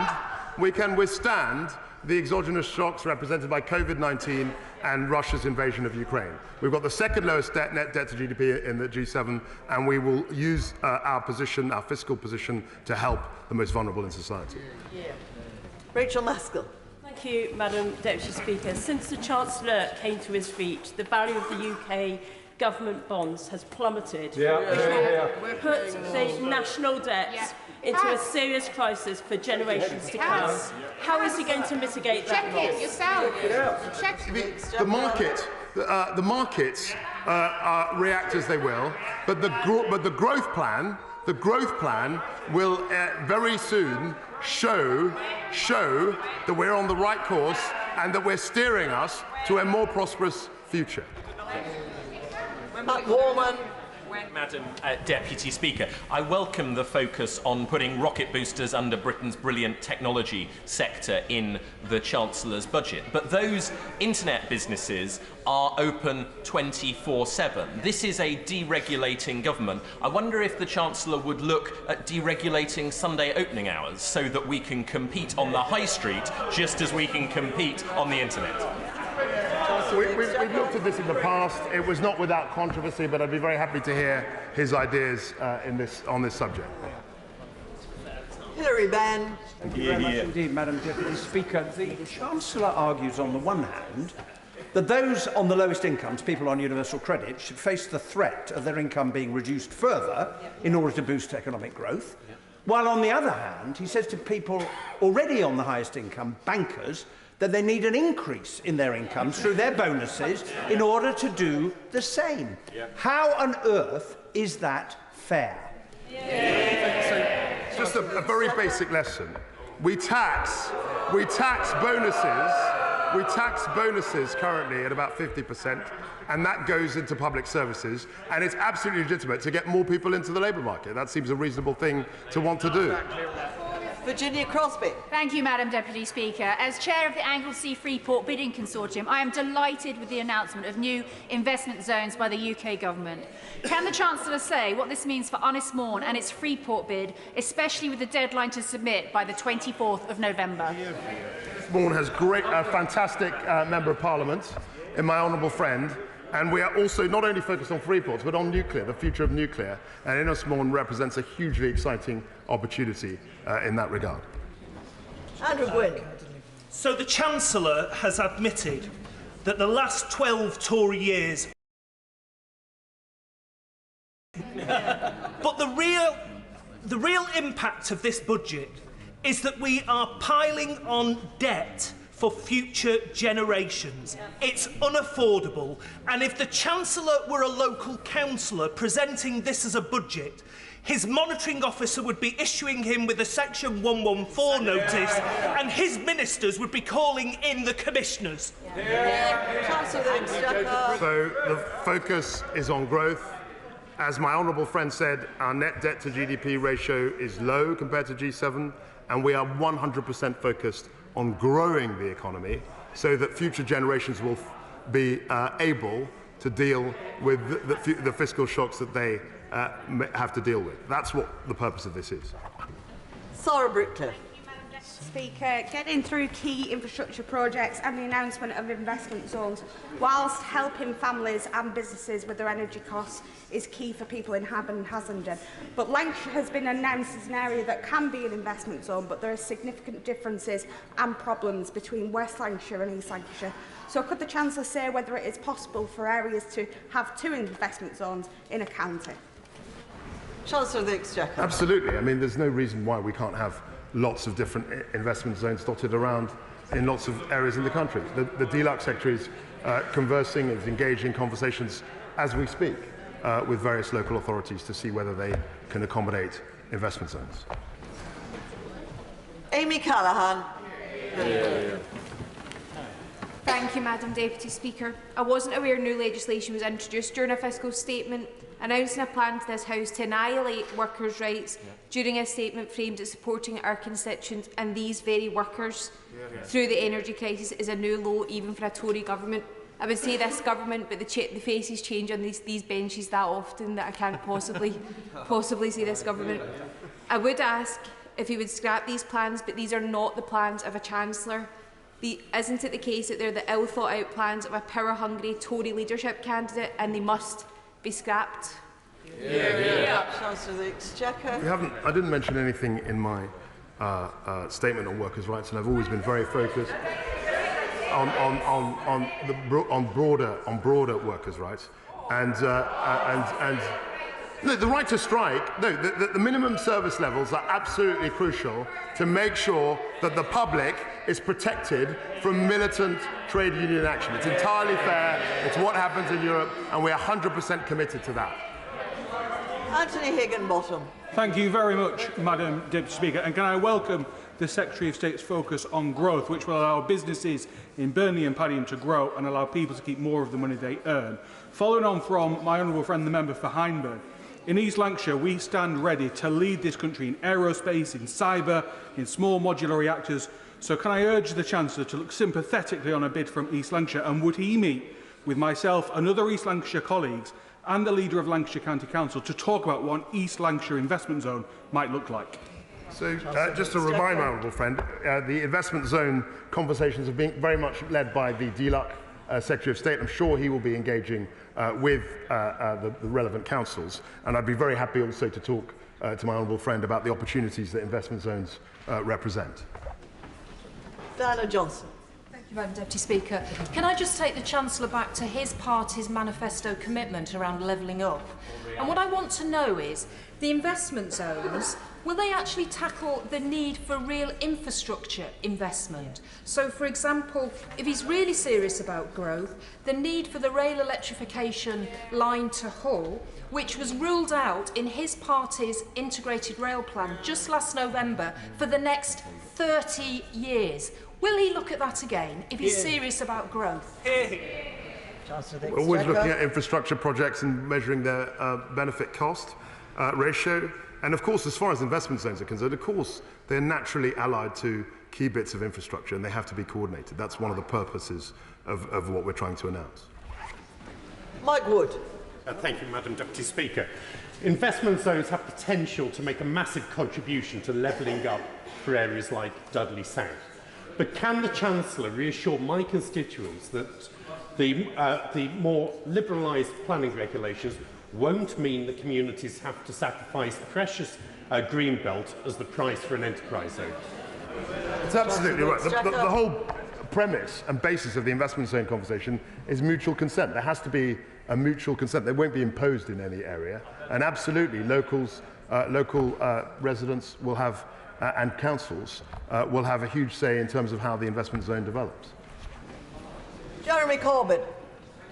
Deputy Speaker, would the Chancellor of the Exchequer explain where is the morality in giving a huge increase in income to the very richest in our society and threatening the benefits of the very poorest in our society who are trying to get by on universal credit?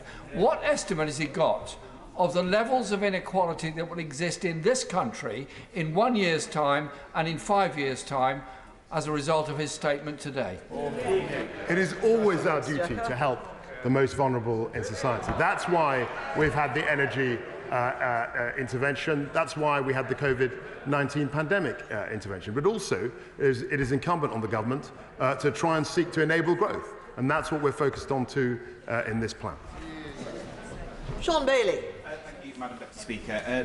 I welcome my right friend's position, and he will know from his previous portfolio that high-intensive energy industries have been acutely affected by the rising cost of energy prices. So I do welcome the government's intervention around energy prices. But what we need to see in the Black Country, particularly in our advanced manufacturing and metals industries, Madam Deputy Speaker, and this point was stressed yesterday to our right honourable friend, the Business Secretary, is to ensure that there is continued communication between the Treasury and obviously the Department for Business. So can my right honourable friend just reassure me that those discussions will be ongoing, and he will assure that as circumstances perhaps change for high-intense energy industries, Madam Deputy Speaker, that the Treasury remains open to carry on that dialogue?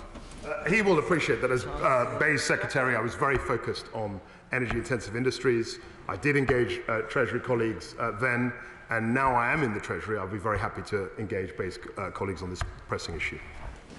Chris Bryant. Thank you, Madam Deputy Speaker. It must surely be the definition of chutzpah to come to the House of Commons and complain about high taxation and low growth when you voted for 15 increase in taxation and you've been the Business Secretary who has taken the UK into recession. It must surely be the definition of chutzpah to come to the House of Commons and say that you believe in sound money when you've just put £72.4 billion on the Never Never credit card for the country. Let me just explain to him why people in the Rhondda might think he's got this wrong. We don't have any bankers begging for additional bonuses in the Rhondda. We don't have anybody, I would guess, earning more than £150,000 in the Rhondda. But we do have a lot of families whose energy bills have doubled, even after what he's done, have doubled this year and will be going into energy poverty, who are seeing food prices going up by 15% and petrol prices locally going up even more. That's why we think he's a disgrace. We need a question. If there was no question, the Chancellor of the Exchequer can't answer it. I'm not sure there was a question. I'm not sure there was a question. We've got to focus on growth, and through growth we get more tax revenue to pay for public services. That's a very fundamental notion, and that's what we're focused on. Selene Saxby. Thank you, Madam Deputy Speaker.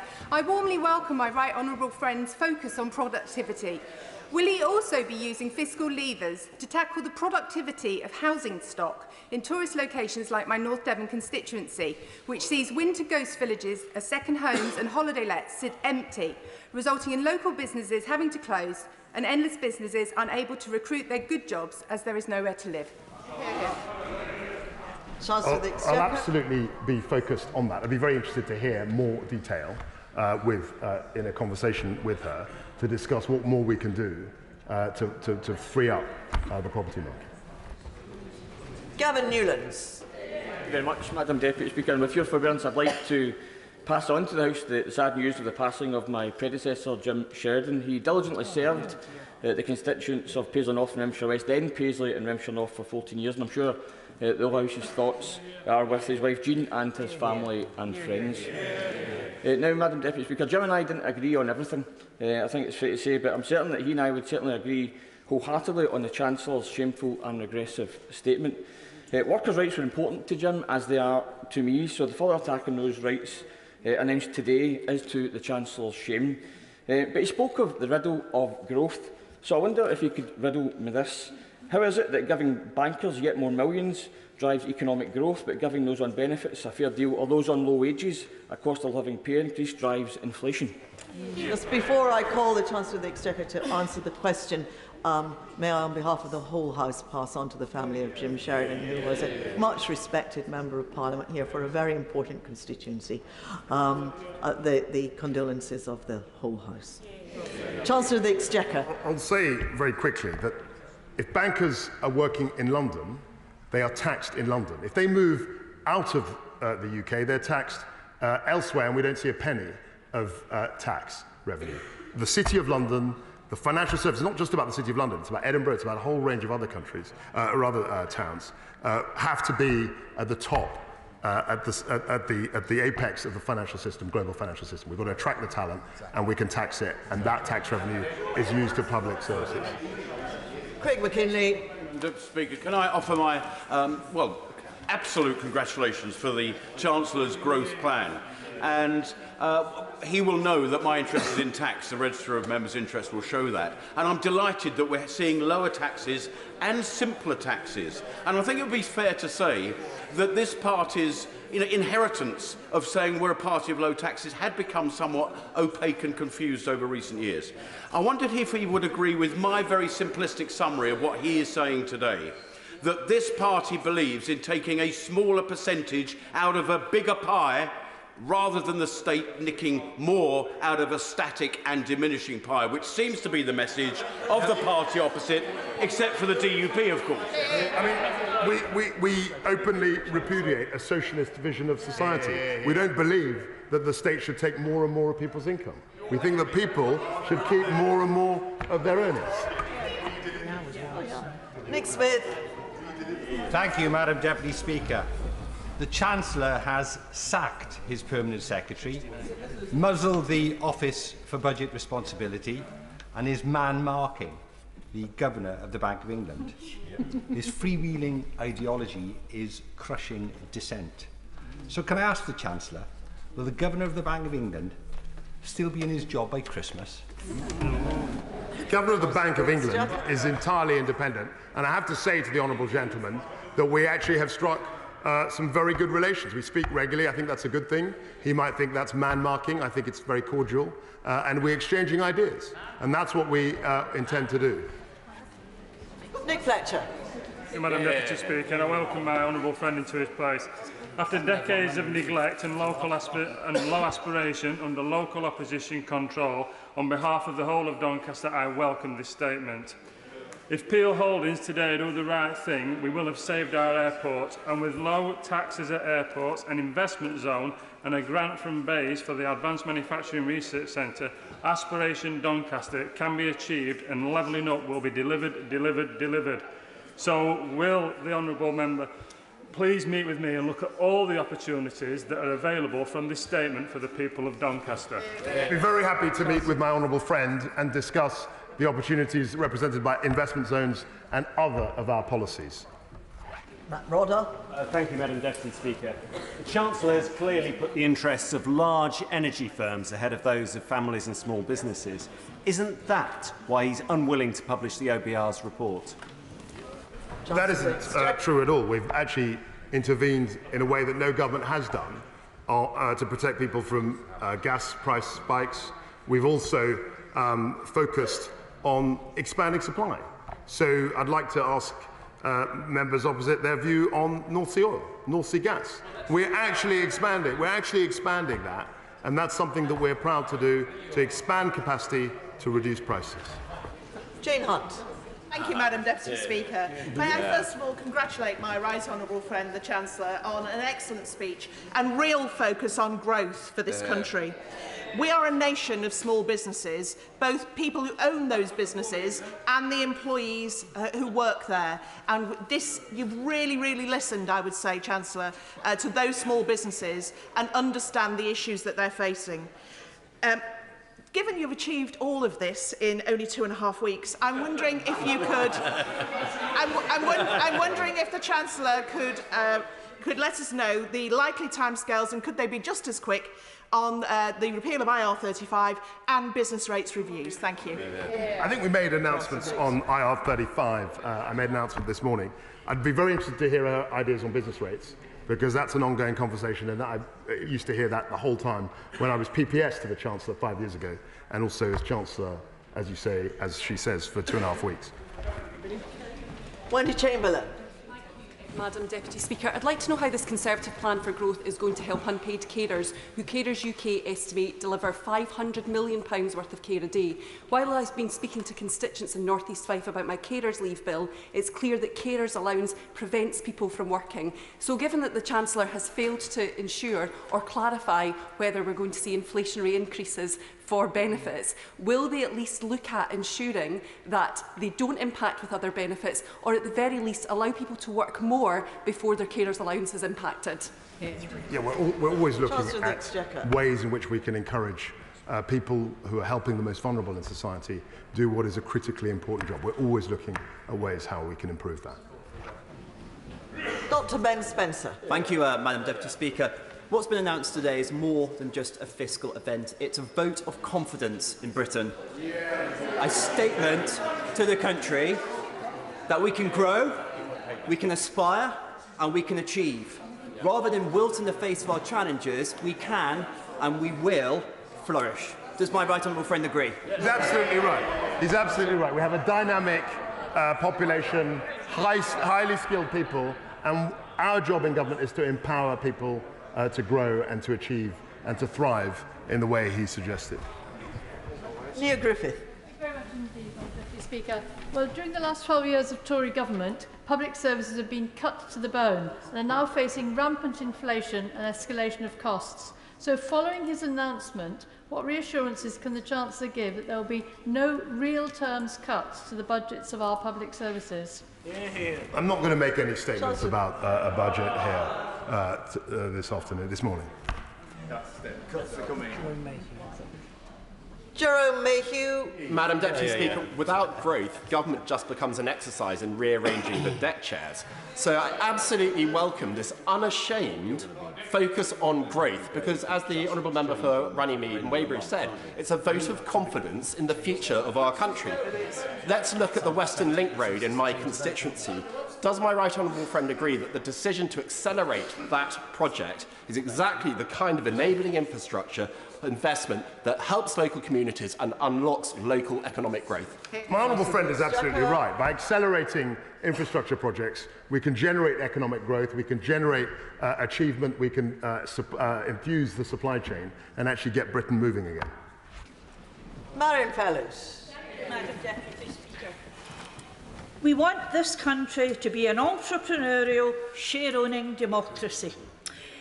I now want to extend an invitation to our current Chancellor to come to Motherwell Town Centre and Wishy-Cross and try and explain this pie-in-the-sky ideology to folk in my constituency who are scared to go to sleep at night in case they can't wake up and heat their houses the next day or feed their families. Where do you think this ideology is going to help those constituents of mine? It's not ideology. It's a practical focus on growing the economy so we have a more prosperous country. That's what governments should be doing. And the party opposite, the socialism that I don't know whether she represents that, isn't going to work. Simon Baines. Thank you, Madam Deputy Speaker.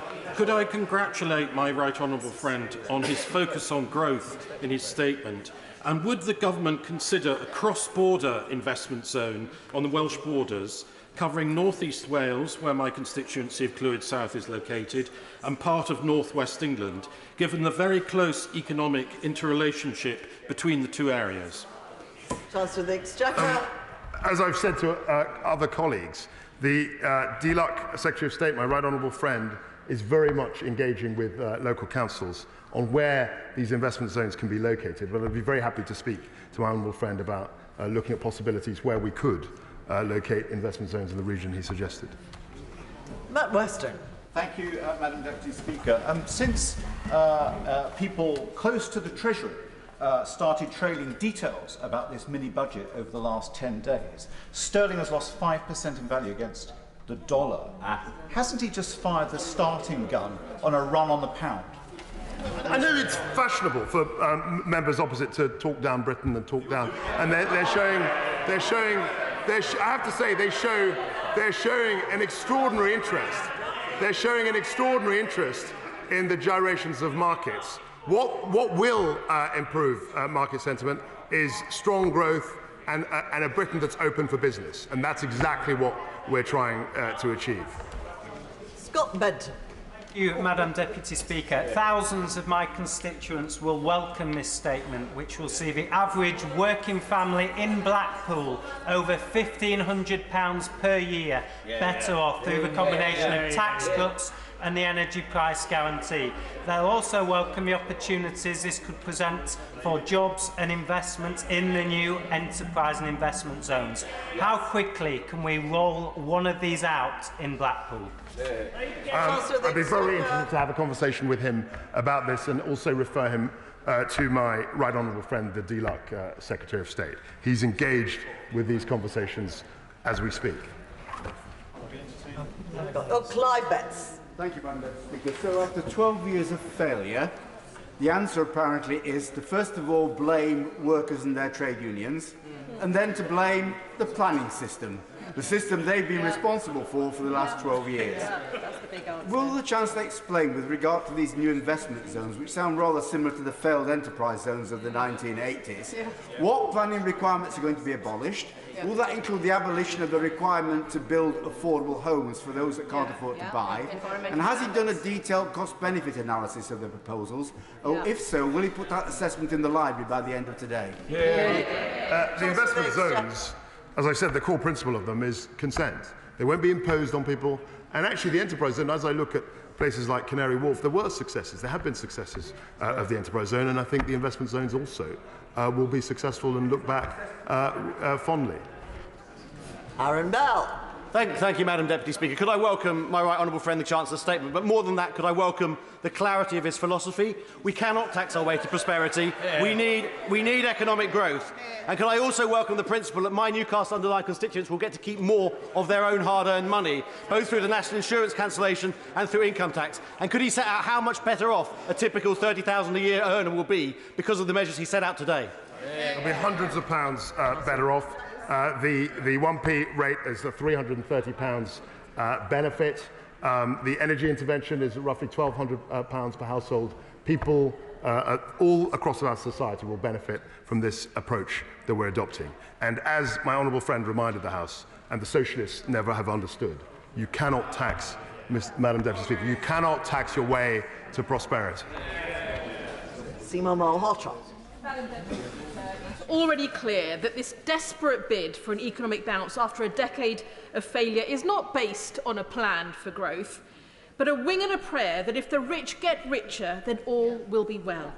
It comes at the price of higher borrowing and inflationary pressures that will result in interest rates and mortgage rates going up.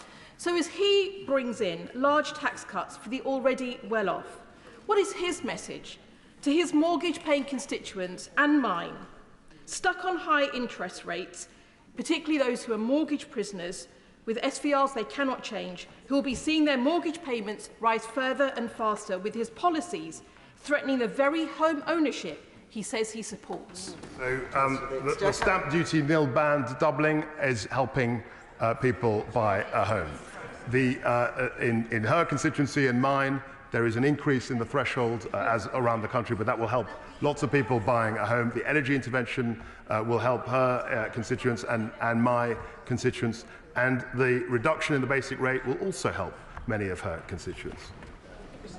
Ben Bradley. A Conservative Chancellor announcing that he intends to let people keep more of their own money and choose for themselves how to spend it. How refreshing, Madam Deputy Speaker. I'm excited. And I'm also pleased that Nottinghamshire has been able to be part of early conversations about investment zones. Now, the county is also on the final shortlist for STEP nuclear fusion investment. Imagine for a second, Madam Deputy Speaker, that huge infrastructure investment in the future of our domestic energy supply, supported by the incentives and the growth opportunity of an investment zone. We have some vision in Nottinghamshire, Madam Deputy Speaker.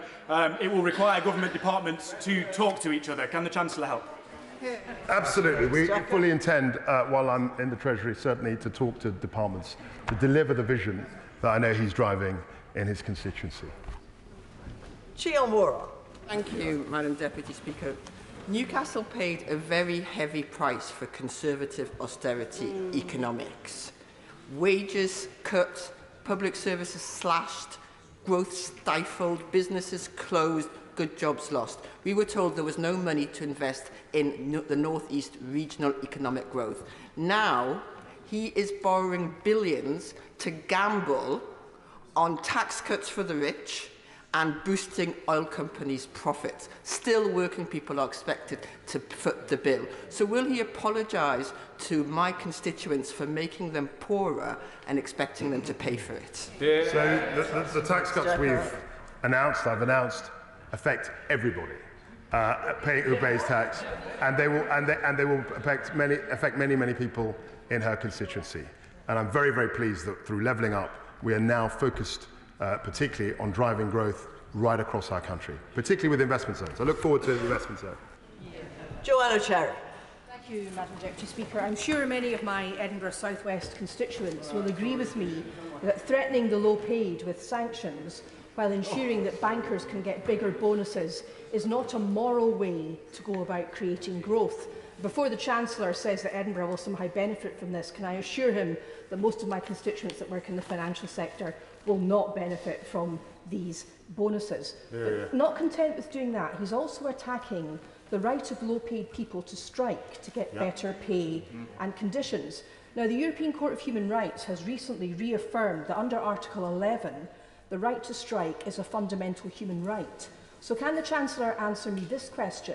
Can he assure me that any legislation the government brings forward concerning strike rights will comply with the United Kingdom's treaty obligations under Article 11 of the European Convention on Human Rights? The right to strike, there were two measures I referred to in this respect. The right to strike will not be compromised by minimum service levels, nor is it compromised by requiring union bosses to put a ballot to their entire membership ahead of a strike. These are not measures which conflict or in any way militate against the right to strike. Olivia Blake.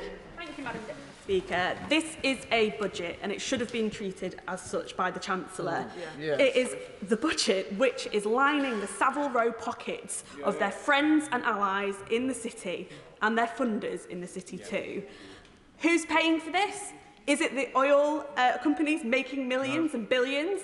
Is it the mega corporations making millions and billions? No, it is working people. Will he admit it? What I will admit, Madam Deputy Speaker, is that the plan is a plan for growth that's going to drive entrepreneurialism and endeavour and economic opportunity in this country, and everybody will benefit from it. Barry Gardner. Thank you, Madam Deputy Speaker. Whilst the Chancellor was speaking so optimistically about growth, the city saw the FTSE 100 fall, the S&P 500 fall, and the pound fall to the lowest level since 1985. Now, he will appreciate that given that oil and gas prices on the wholesale markets are in dollars, that has just increased still further the borrowing that he will have to pay for the package announced yesterday. But if he is so optimistic about growth, will he set a timescale? Will that timescale be 6 months? Will he retire in a year if the growth that he has predicated hasn't been achieved? Or is this an admission that he's going to stuff as much money into as many of his friends' pockets before the general election in 2024? He will also know that over the last 2 or 3 months, oil and gas prices have come off quite a bit. So actually, the long-term contracts we're negotiating are just as likely to be much less costly than increasing costs. And of course, in terms of our growth plan, I'm not embarrassed about wanting to grow the British economy. I'm not embarrassed about driving opportunity in this country, and I don't believe that higher taxes lead to prosperity. Helen Hayes. Thank you, Madam Deputy Speaker. For the first time ever this year, the number of women aged 25 to 34 leaving the workforce to care for children is going up. 4 in 10 mothers have considered giving up work or cutting their hours because of the cost of childcare. More than a third of parents of primary-aged children are in part-time work. Why does the Chancellor think that bearing down with punitive sanctions on the lowest-paid working parents who work part-time will help them increase their hours, when what they really need is an accessible, affordable childcare system fit for the 21st century? I think she's absolutely right to identify childcare as a crucial issue. And that's something which I'm looking forward to my right honourable friend, the Secretary of State for Education, to update the House in the next few weeks. Ian Lavery. Thank you, Madam Deputy Speaker.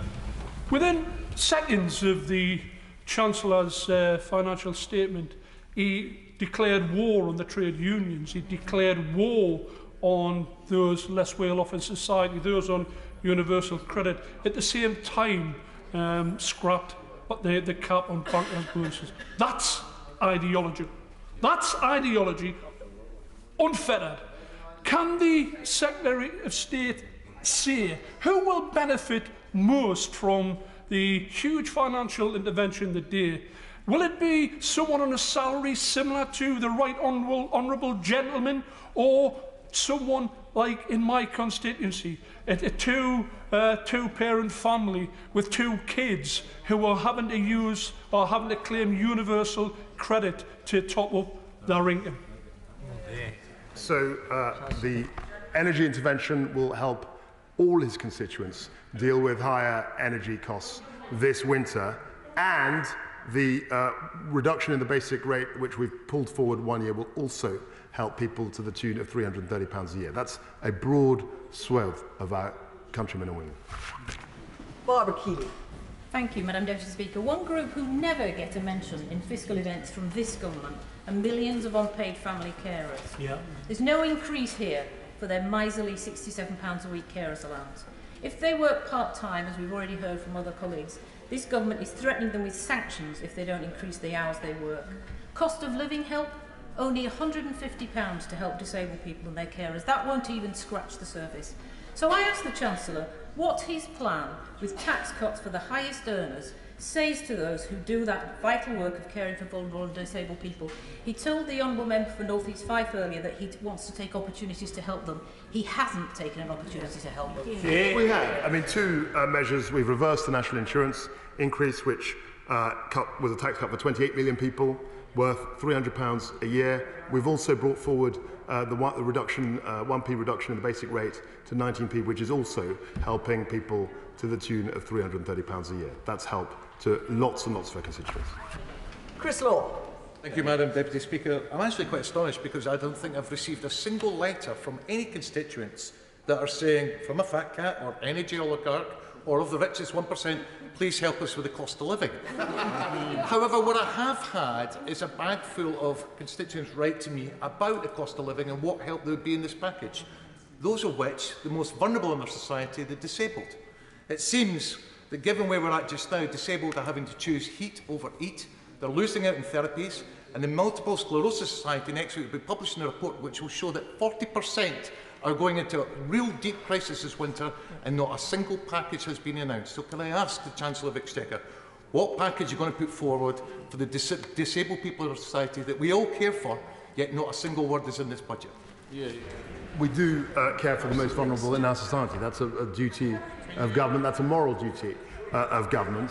And we have announced measures in the energy space, which is helping a whole range of people, which is fundamental to the cost of living in terms of tackling bills this winter. Toby Perkins. Thank you very much, Madam Deputy Speaker. The pound has reached its lowest rate against the dollar in the time that the Chancellor has been on his feet. The FTSE 100 index is down 1.7% simply today. Now, when my honourable friend from York Central raised it with him, he said, well, the markets will react as they will. But if the point of his plan for growth is to increase confidence, and even the City believes stuffing the pockets of the very wealthiest and expecting bankers' bonuses and oil company profits to lead the rest of us to prosperity is a bad idea, who is actually on his side? The growth plan is about growing the economy. And we're not going to grow the economy by increasing taxes indefinitely. Mike King. Thank you, Madam Deputy Speaker. The Chancellor mentioned that it would cost £60 billion for his energy package for just 6 months, but the Prime Minister promised that that package would go on until 2024. £240 billion borrowing requirement to fix a broken energy market today, saddled on future generations. Can I ask the Chancellor, does he think that's a price well worth paying?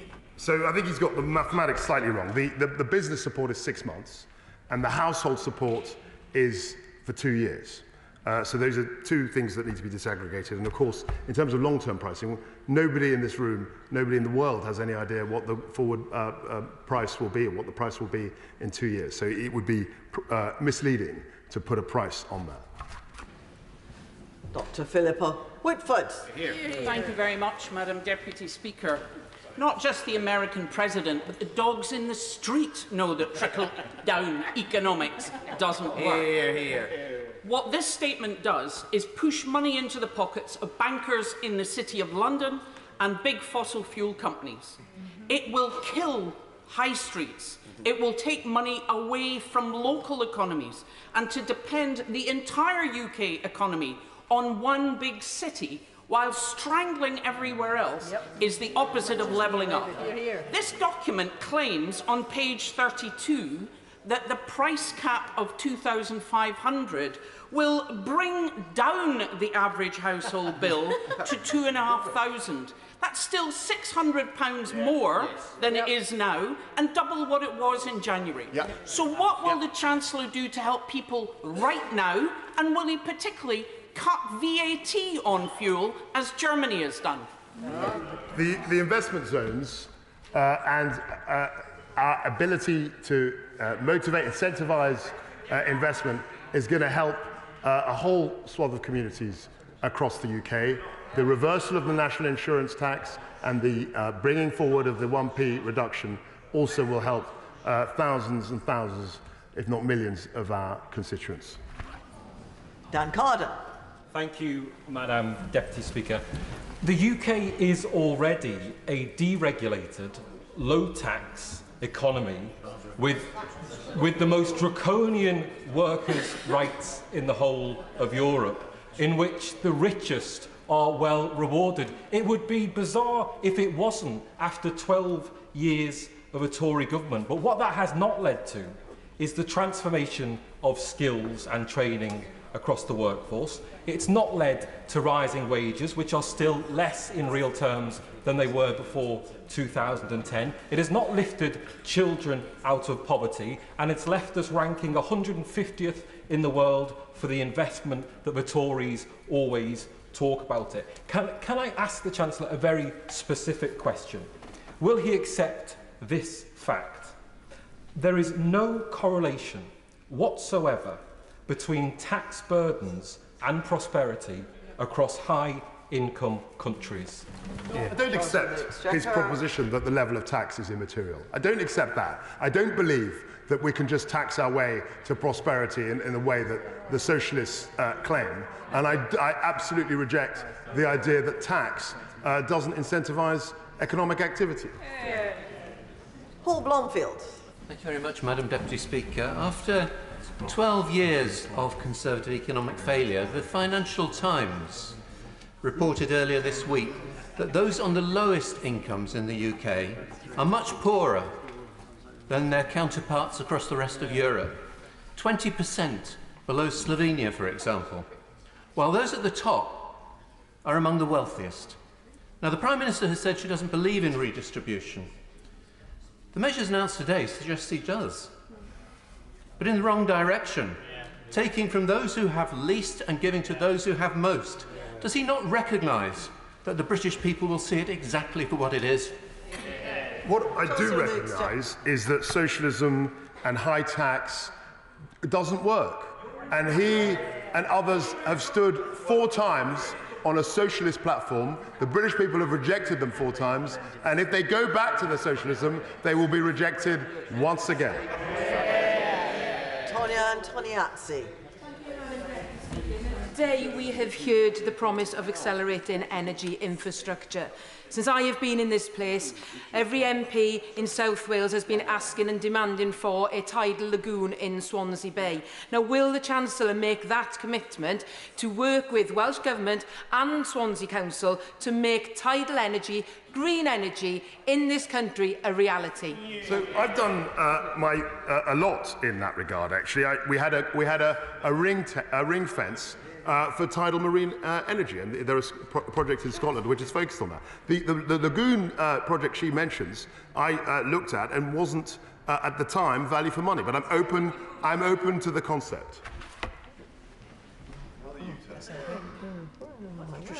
Patricia Gibson. Madam Deputy Speaker, these plans mean that in Tory Britain, someone earning £50,000 will pay the same income tax rate as a millionaire. Today's plans mean someone earning £1 million a year will pay £42,500 less income tax every year, and that is shameful. These plans were not in the Tory manifesto. They don't have a mandate, and they certainly don't have a mandate in Scotland. The UK is already the most unequal country in Europe in terms of disposable income, according to the OECD. And after today, that inequality is guaranteed to widen. He may be proud of his announcements today, but what does he say to those who will now conclude that, just like Britain, the Chancellor's moral compass is broken? I reject that implication. I reject their statement. We're absolutely focused in the Treasury and across government on helping the most vulnerable, and that's why we had the most radical energy intervention that any British government has ever made. Lloyd Russell-Moyle. Thank you, Madam Deputy Speaker. The reality is this is a class war budget. This is an ideological budget. This is about taking from the poor and giving to the rich. It's about lining the pockets. It is about them and us. And that party over there have said, we do not care about ordinary people in this country. We care about piling on debts. We will make ordinary people pay while our chums in the city get rich. And will those chums spend the money on the economy? No. They will squirrel it away to tax havens around the world. That's what they have always done. Is this budget not a disgrace? So what I want to reiterate is the fact that reversing the national insurance increase, which Labour supported. 3 months ago, Labour supported or voted against the increase in the national increase. I've reversed this. We've reversed this. That helps people. That helps people. Bringing forward the basic, the 1p cut in the basic rate helps people. That's not class war, Madam Deputy Speaker. Clive Efforts. Madam Deputy Speaker, the proportion of income for the wealthiest over the last 12 years has actually gone up. So how come his economic miracle hasn't been working for the last 12 years? And where does his mandate come for this new era? Because it's worth reminding ourselves that 2/3 of the members on the benches opposite didn't vote for a candidate that supports the economic approach that the Chancellor has taken today, and only 43% of Tory members voted against it. So the choice today is clear. Who pays the bill? Is it the taxpayers, or is it these high-earning energy companies who have got excess profits? The choice is clear for the public, so why don't we put it to a general election, because he doesn't have a mandate for what he's doing today. So the choice is clear as to whether we should back growth driven by the private sector, or we believe that the state can tax its way to prosperity. That's a very easy choice to make, Madam Deputy Speaker, and it's clear that taxing and spending to prosperity is a failure. Laura Anderson. Thank you, Madam Deputy Speaker. The people of Putney, Roehampton and Southfields will see right through this budget for how little it will do for them. The only growth this growth plan will deliver is a growth in inequality. Does the Chancellor agree with his department, who, according to reports, have carried out analysis that forecasts that the UK oil and gas producers and electricity generators will receive as much as £170 billion in excess profits over the next 2 years? Shouldn't they pay their fair share? That figure is not relating to taxable profits here in the UK, and it's not remotely accurate. Deirdre Brock. How and when will the Chancellor address the concerns raised by economists at the Resolution Foundation, the Institute for Government and the IFS that this package doesn't meet current fiscal rules? As I said in my statement, we have a medium-term fiscal plan which will outline the medium-term approach to fiscal discipline in the next few months. Zara Sultana. Thank you, Madam Deputy Speaker. My constituents are terrified at rising bills. That's the word that they use, terror. Energy bills are still going to be double what they were earlier this year. Working class, but it's not a crisis for the Chancellor's class. Already making record profits, this is a banker's budget. It scraps the cap on bonuses, it slashes tax for the top 1% of earners, and cuts tax on the profits of big business. Up and down the country, people are saying enough is enough. On their behalf, can the Chancellor tell me, does he really believe helping bankers and millionaire CEOs who needs the most help, rather than working class people? Well, two things. The reversal of the national insurance increase puts £330 a year on average to 28 million people, and bringing forward the basic rate, the cut in the basic rate by 1p, actually puts £330 into the average person's pocket. That is not a banker's budget. Alison McGovern. Deputy Speaker, we've had a lot of words, but my constituents care about the numbers, and they will think that £18 billion is an awful lot of money. So what, Madam Deputy Speaker, are they going to get for it? The Chancellor stated in his statement that that would pay for business investment, job creation, and would raise wages. So I want to know precisely by how much real wages will rise by the end of this forecast period. We don't run. This is not the Gosplan. This is not the Soviet Union. I can't predict what the average wage will be, but I do know that one way to destroy the economic productivity of this country is to, if she will permit me, is to raise taxes in the way that she's campaigned for over many, many years in her Corbynista days, whatever that she was representing. That is not the way to grow the economy in this country. Richard Ford. Thank you, Madam Deputy Speaker. Please may I remind the Chancellor that security is the first responsibility of government. And please may I ask the Chancellor how today's changes in corporation tax might serve to reverse the cuts to the army of 10,000 soldiers, which will make the army the smallest that it has been since the Crimean War. So the corporation tax hasn't been changed, it's just been kept at the level that it is now. So there's no change in that. And in terms of defence spending, he will know that my right honourable friend has committed to a 3% of GDP defence target by 2030, recognising the changing nature of the threats and the real importance of our armed forces. Imran Hussain.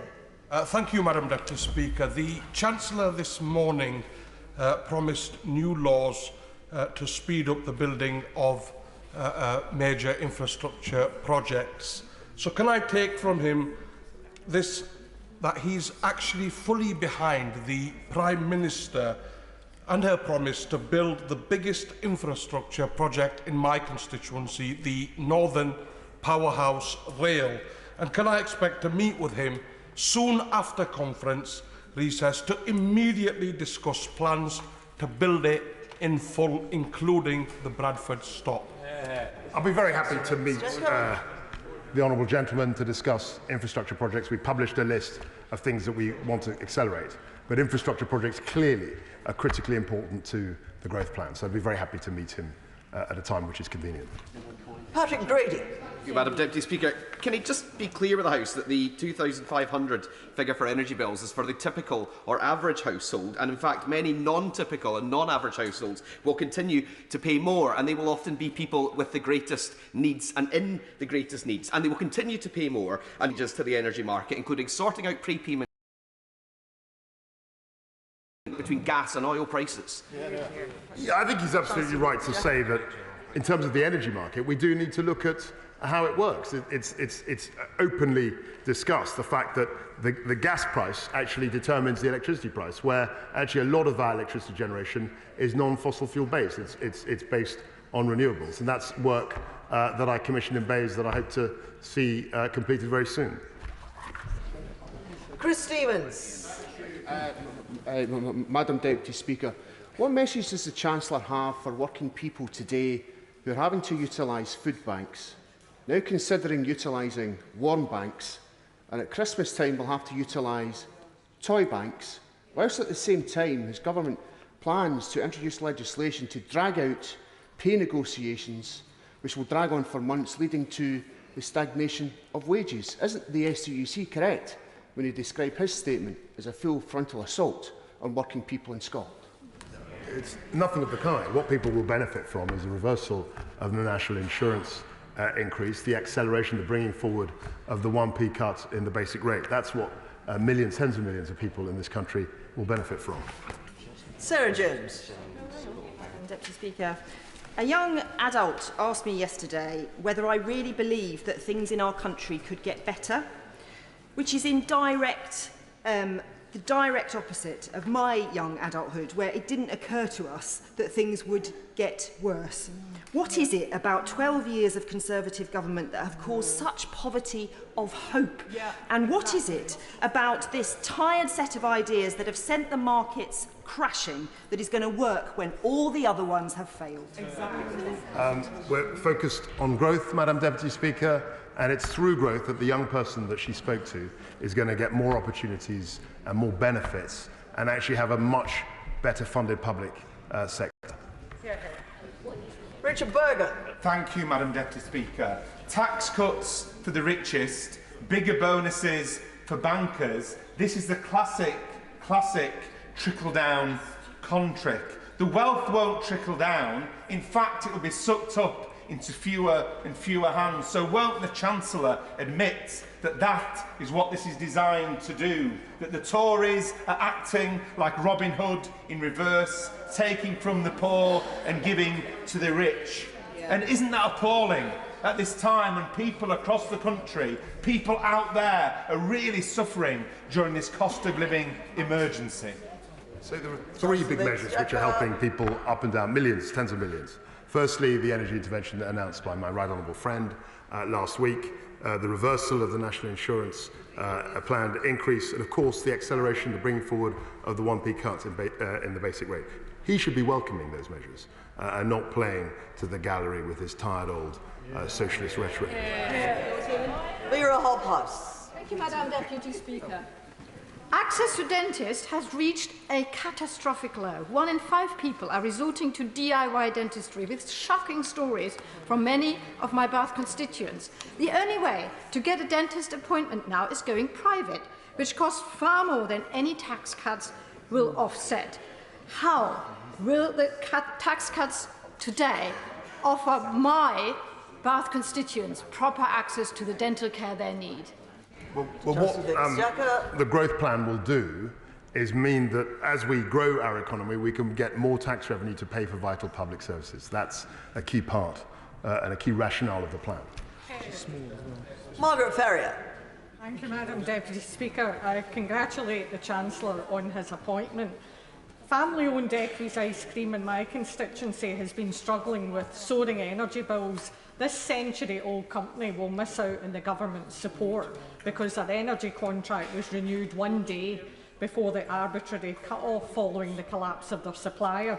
Can I ask the Chancellor and his colleagues to review this cut-off date to support small businesses? Obviously, I'd have to look at the specifics of the case, and I've just heard it today. But if she corresponds with my department, we can, I'm sure, get back with a timely answer to that question. Kim Johnson. Thank you, Madam Deputy Speaker. This is not a growth plan for the constituents in my Liverpool Riverside constituency or the 4 million children living in poverty. The No Child Left Behind campaign is calling urgently on this government to tackle child poverty. So can the Chancellor commit to finding funding to roll out free universal school meals immediately and tackle childhood poverty? Chancellor of the Exchequer. This is not a spending statement, but of course we take child poverty, the vulnerable, extremely seriously, and that's why that was the basis of the energy intervention. Ruth Cadbury. Madam Deputy Speaker, firstly, could I thank the Chancellor for overturning his Business Secretary's statement yesterday on onshore wind by removing the ridiculous planning restrictions that are unique to that sector. Talk about a one-day cabinet flip-flop. But secondly, can I warn him against removing normal planning rules on development and investment zones? When the Tory government removed the need for offices to housing planning rules, those conversions led to housing which were tiny rabbit hutches, no natural light, no basic services, and often away, when they're on industrial estates, away from basic things like footpaths, bus stops, schools and parks. Is this a dodgy developer's charter too? Not at all. The whole purpose, the whole principle behind the investment zone is a mutual consent.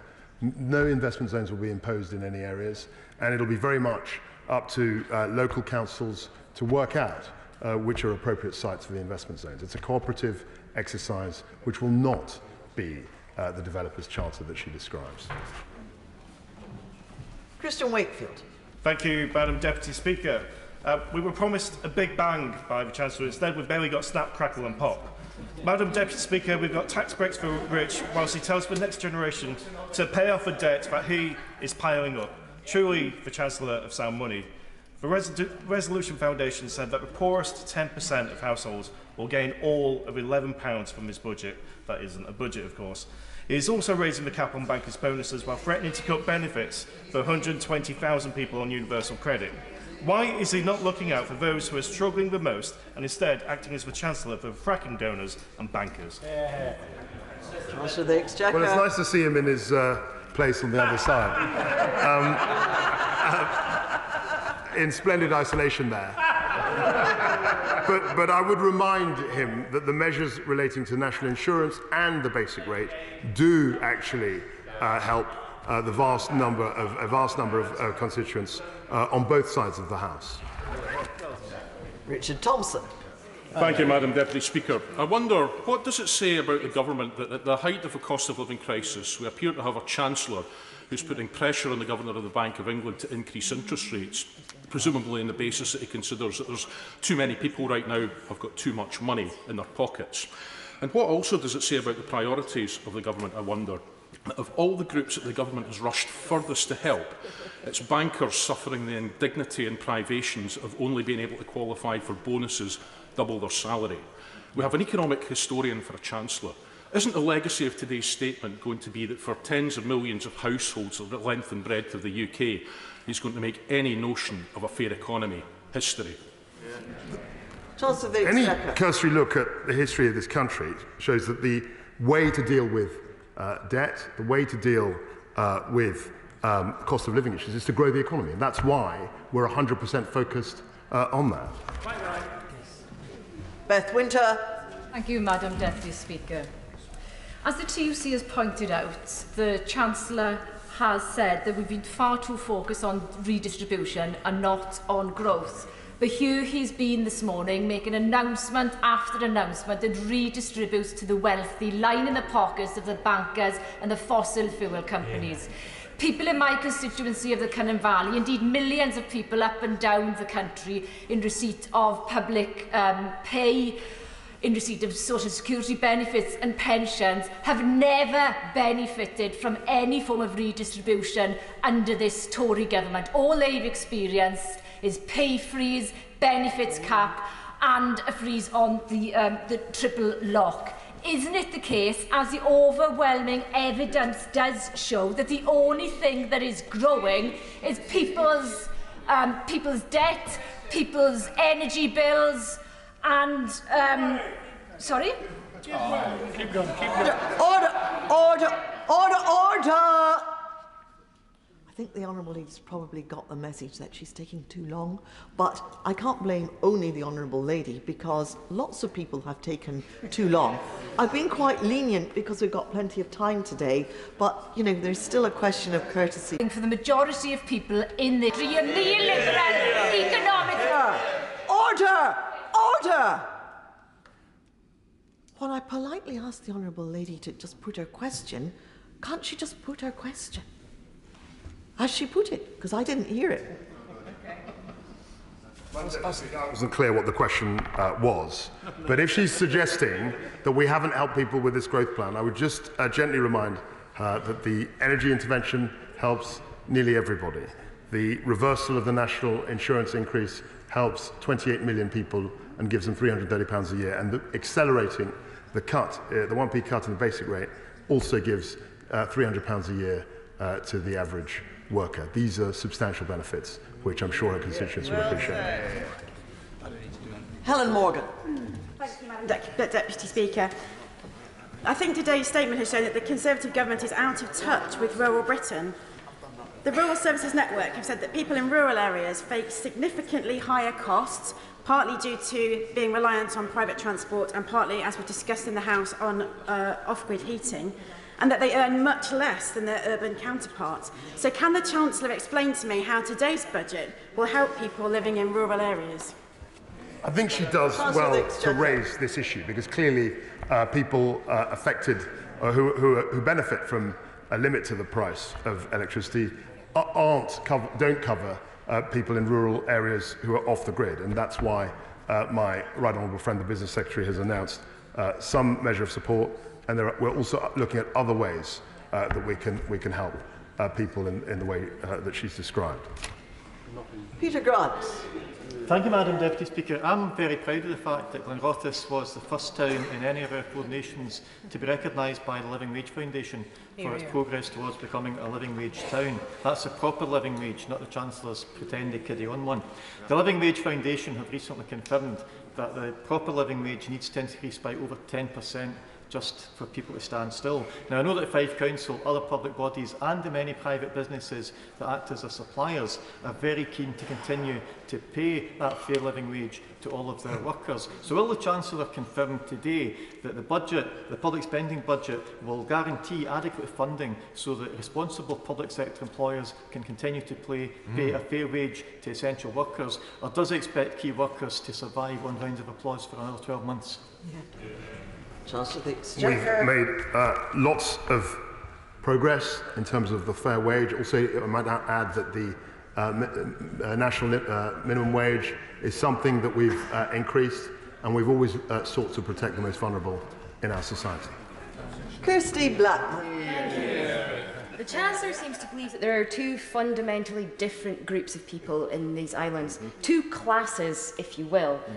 Why does he believe that those earning megabucks will be incentivised by increasing their already excessive wealth, while those who've had to skip meals during the course of the summer in order to survive will be incentivised by having that paltry amount reduced even further?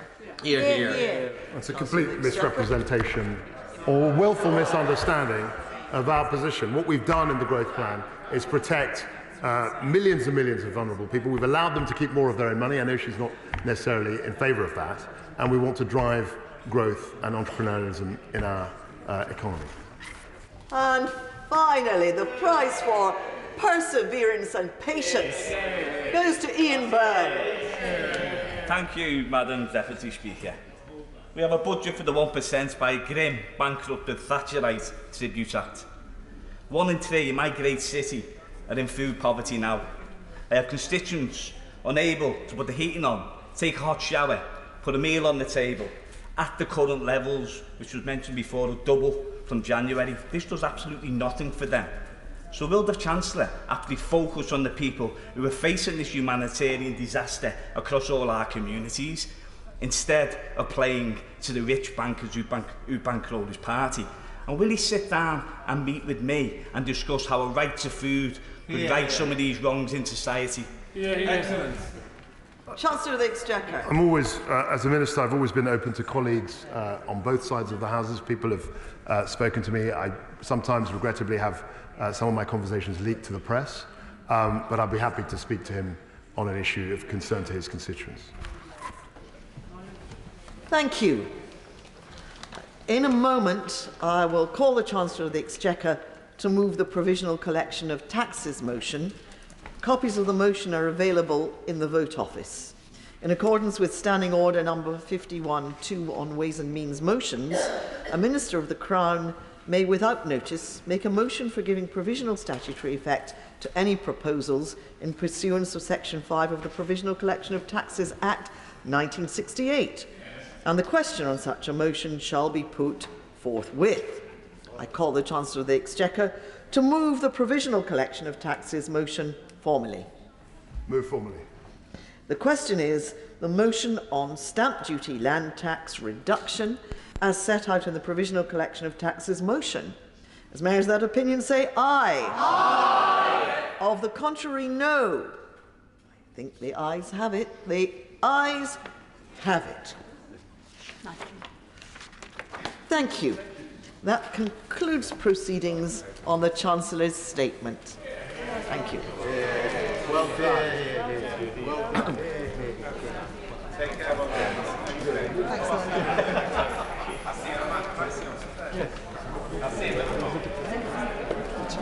I now call Kate Knighton with her petition. Thank you, Madam Deputy Speaker. I rise to present a petition recognising Burton's brewing industry is of national cultural importance, and that the recent decision of Molson Coors to move their head offices to the National Brewery Centre puts Burton's heritage items at risk. This issue has rightly gathered national attention, with recent online campaigning gaining thousands of supporters and national news coverage highlighting the importance of our brewing heritage. Whilst I'm grateful for Molson Coors' ongoing commitment to Burton,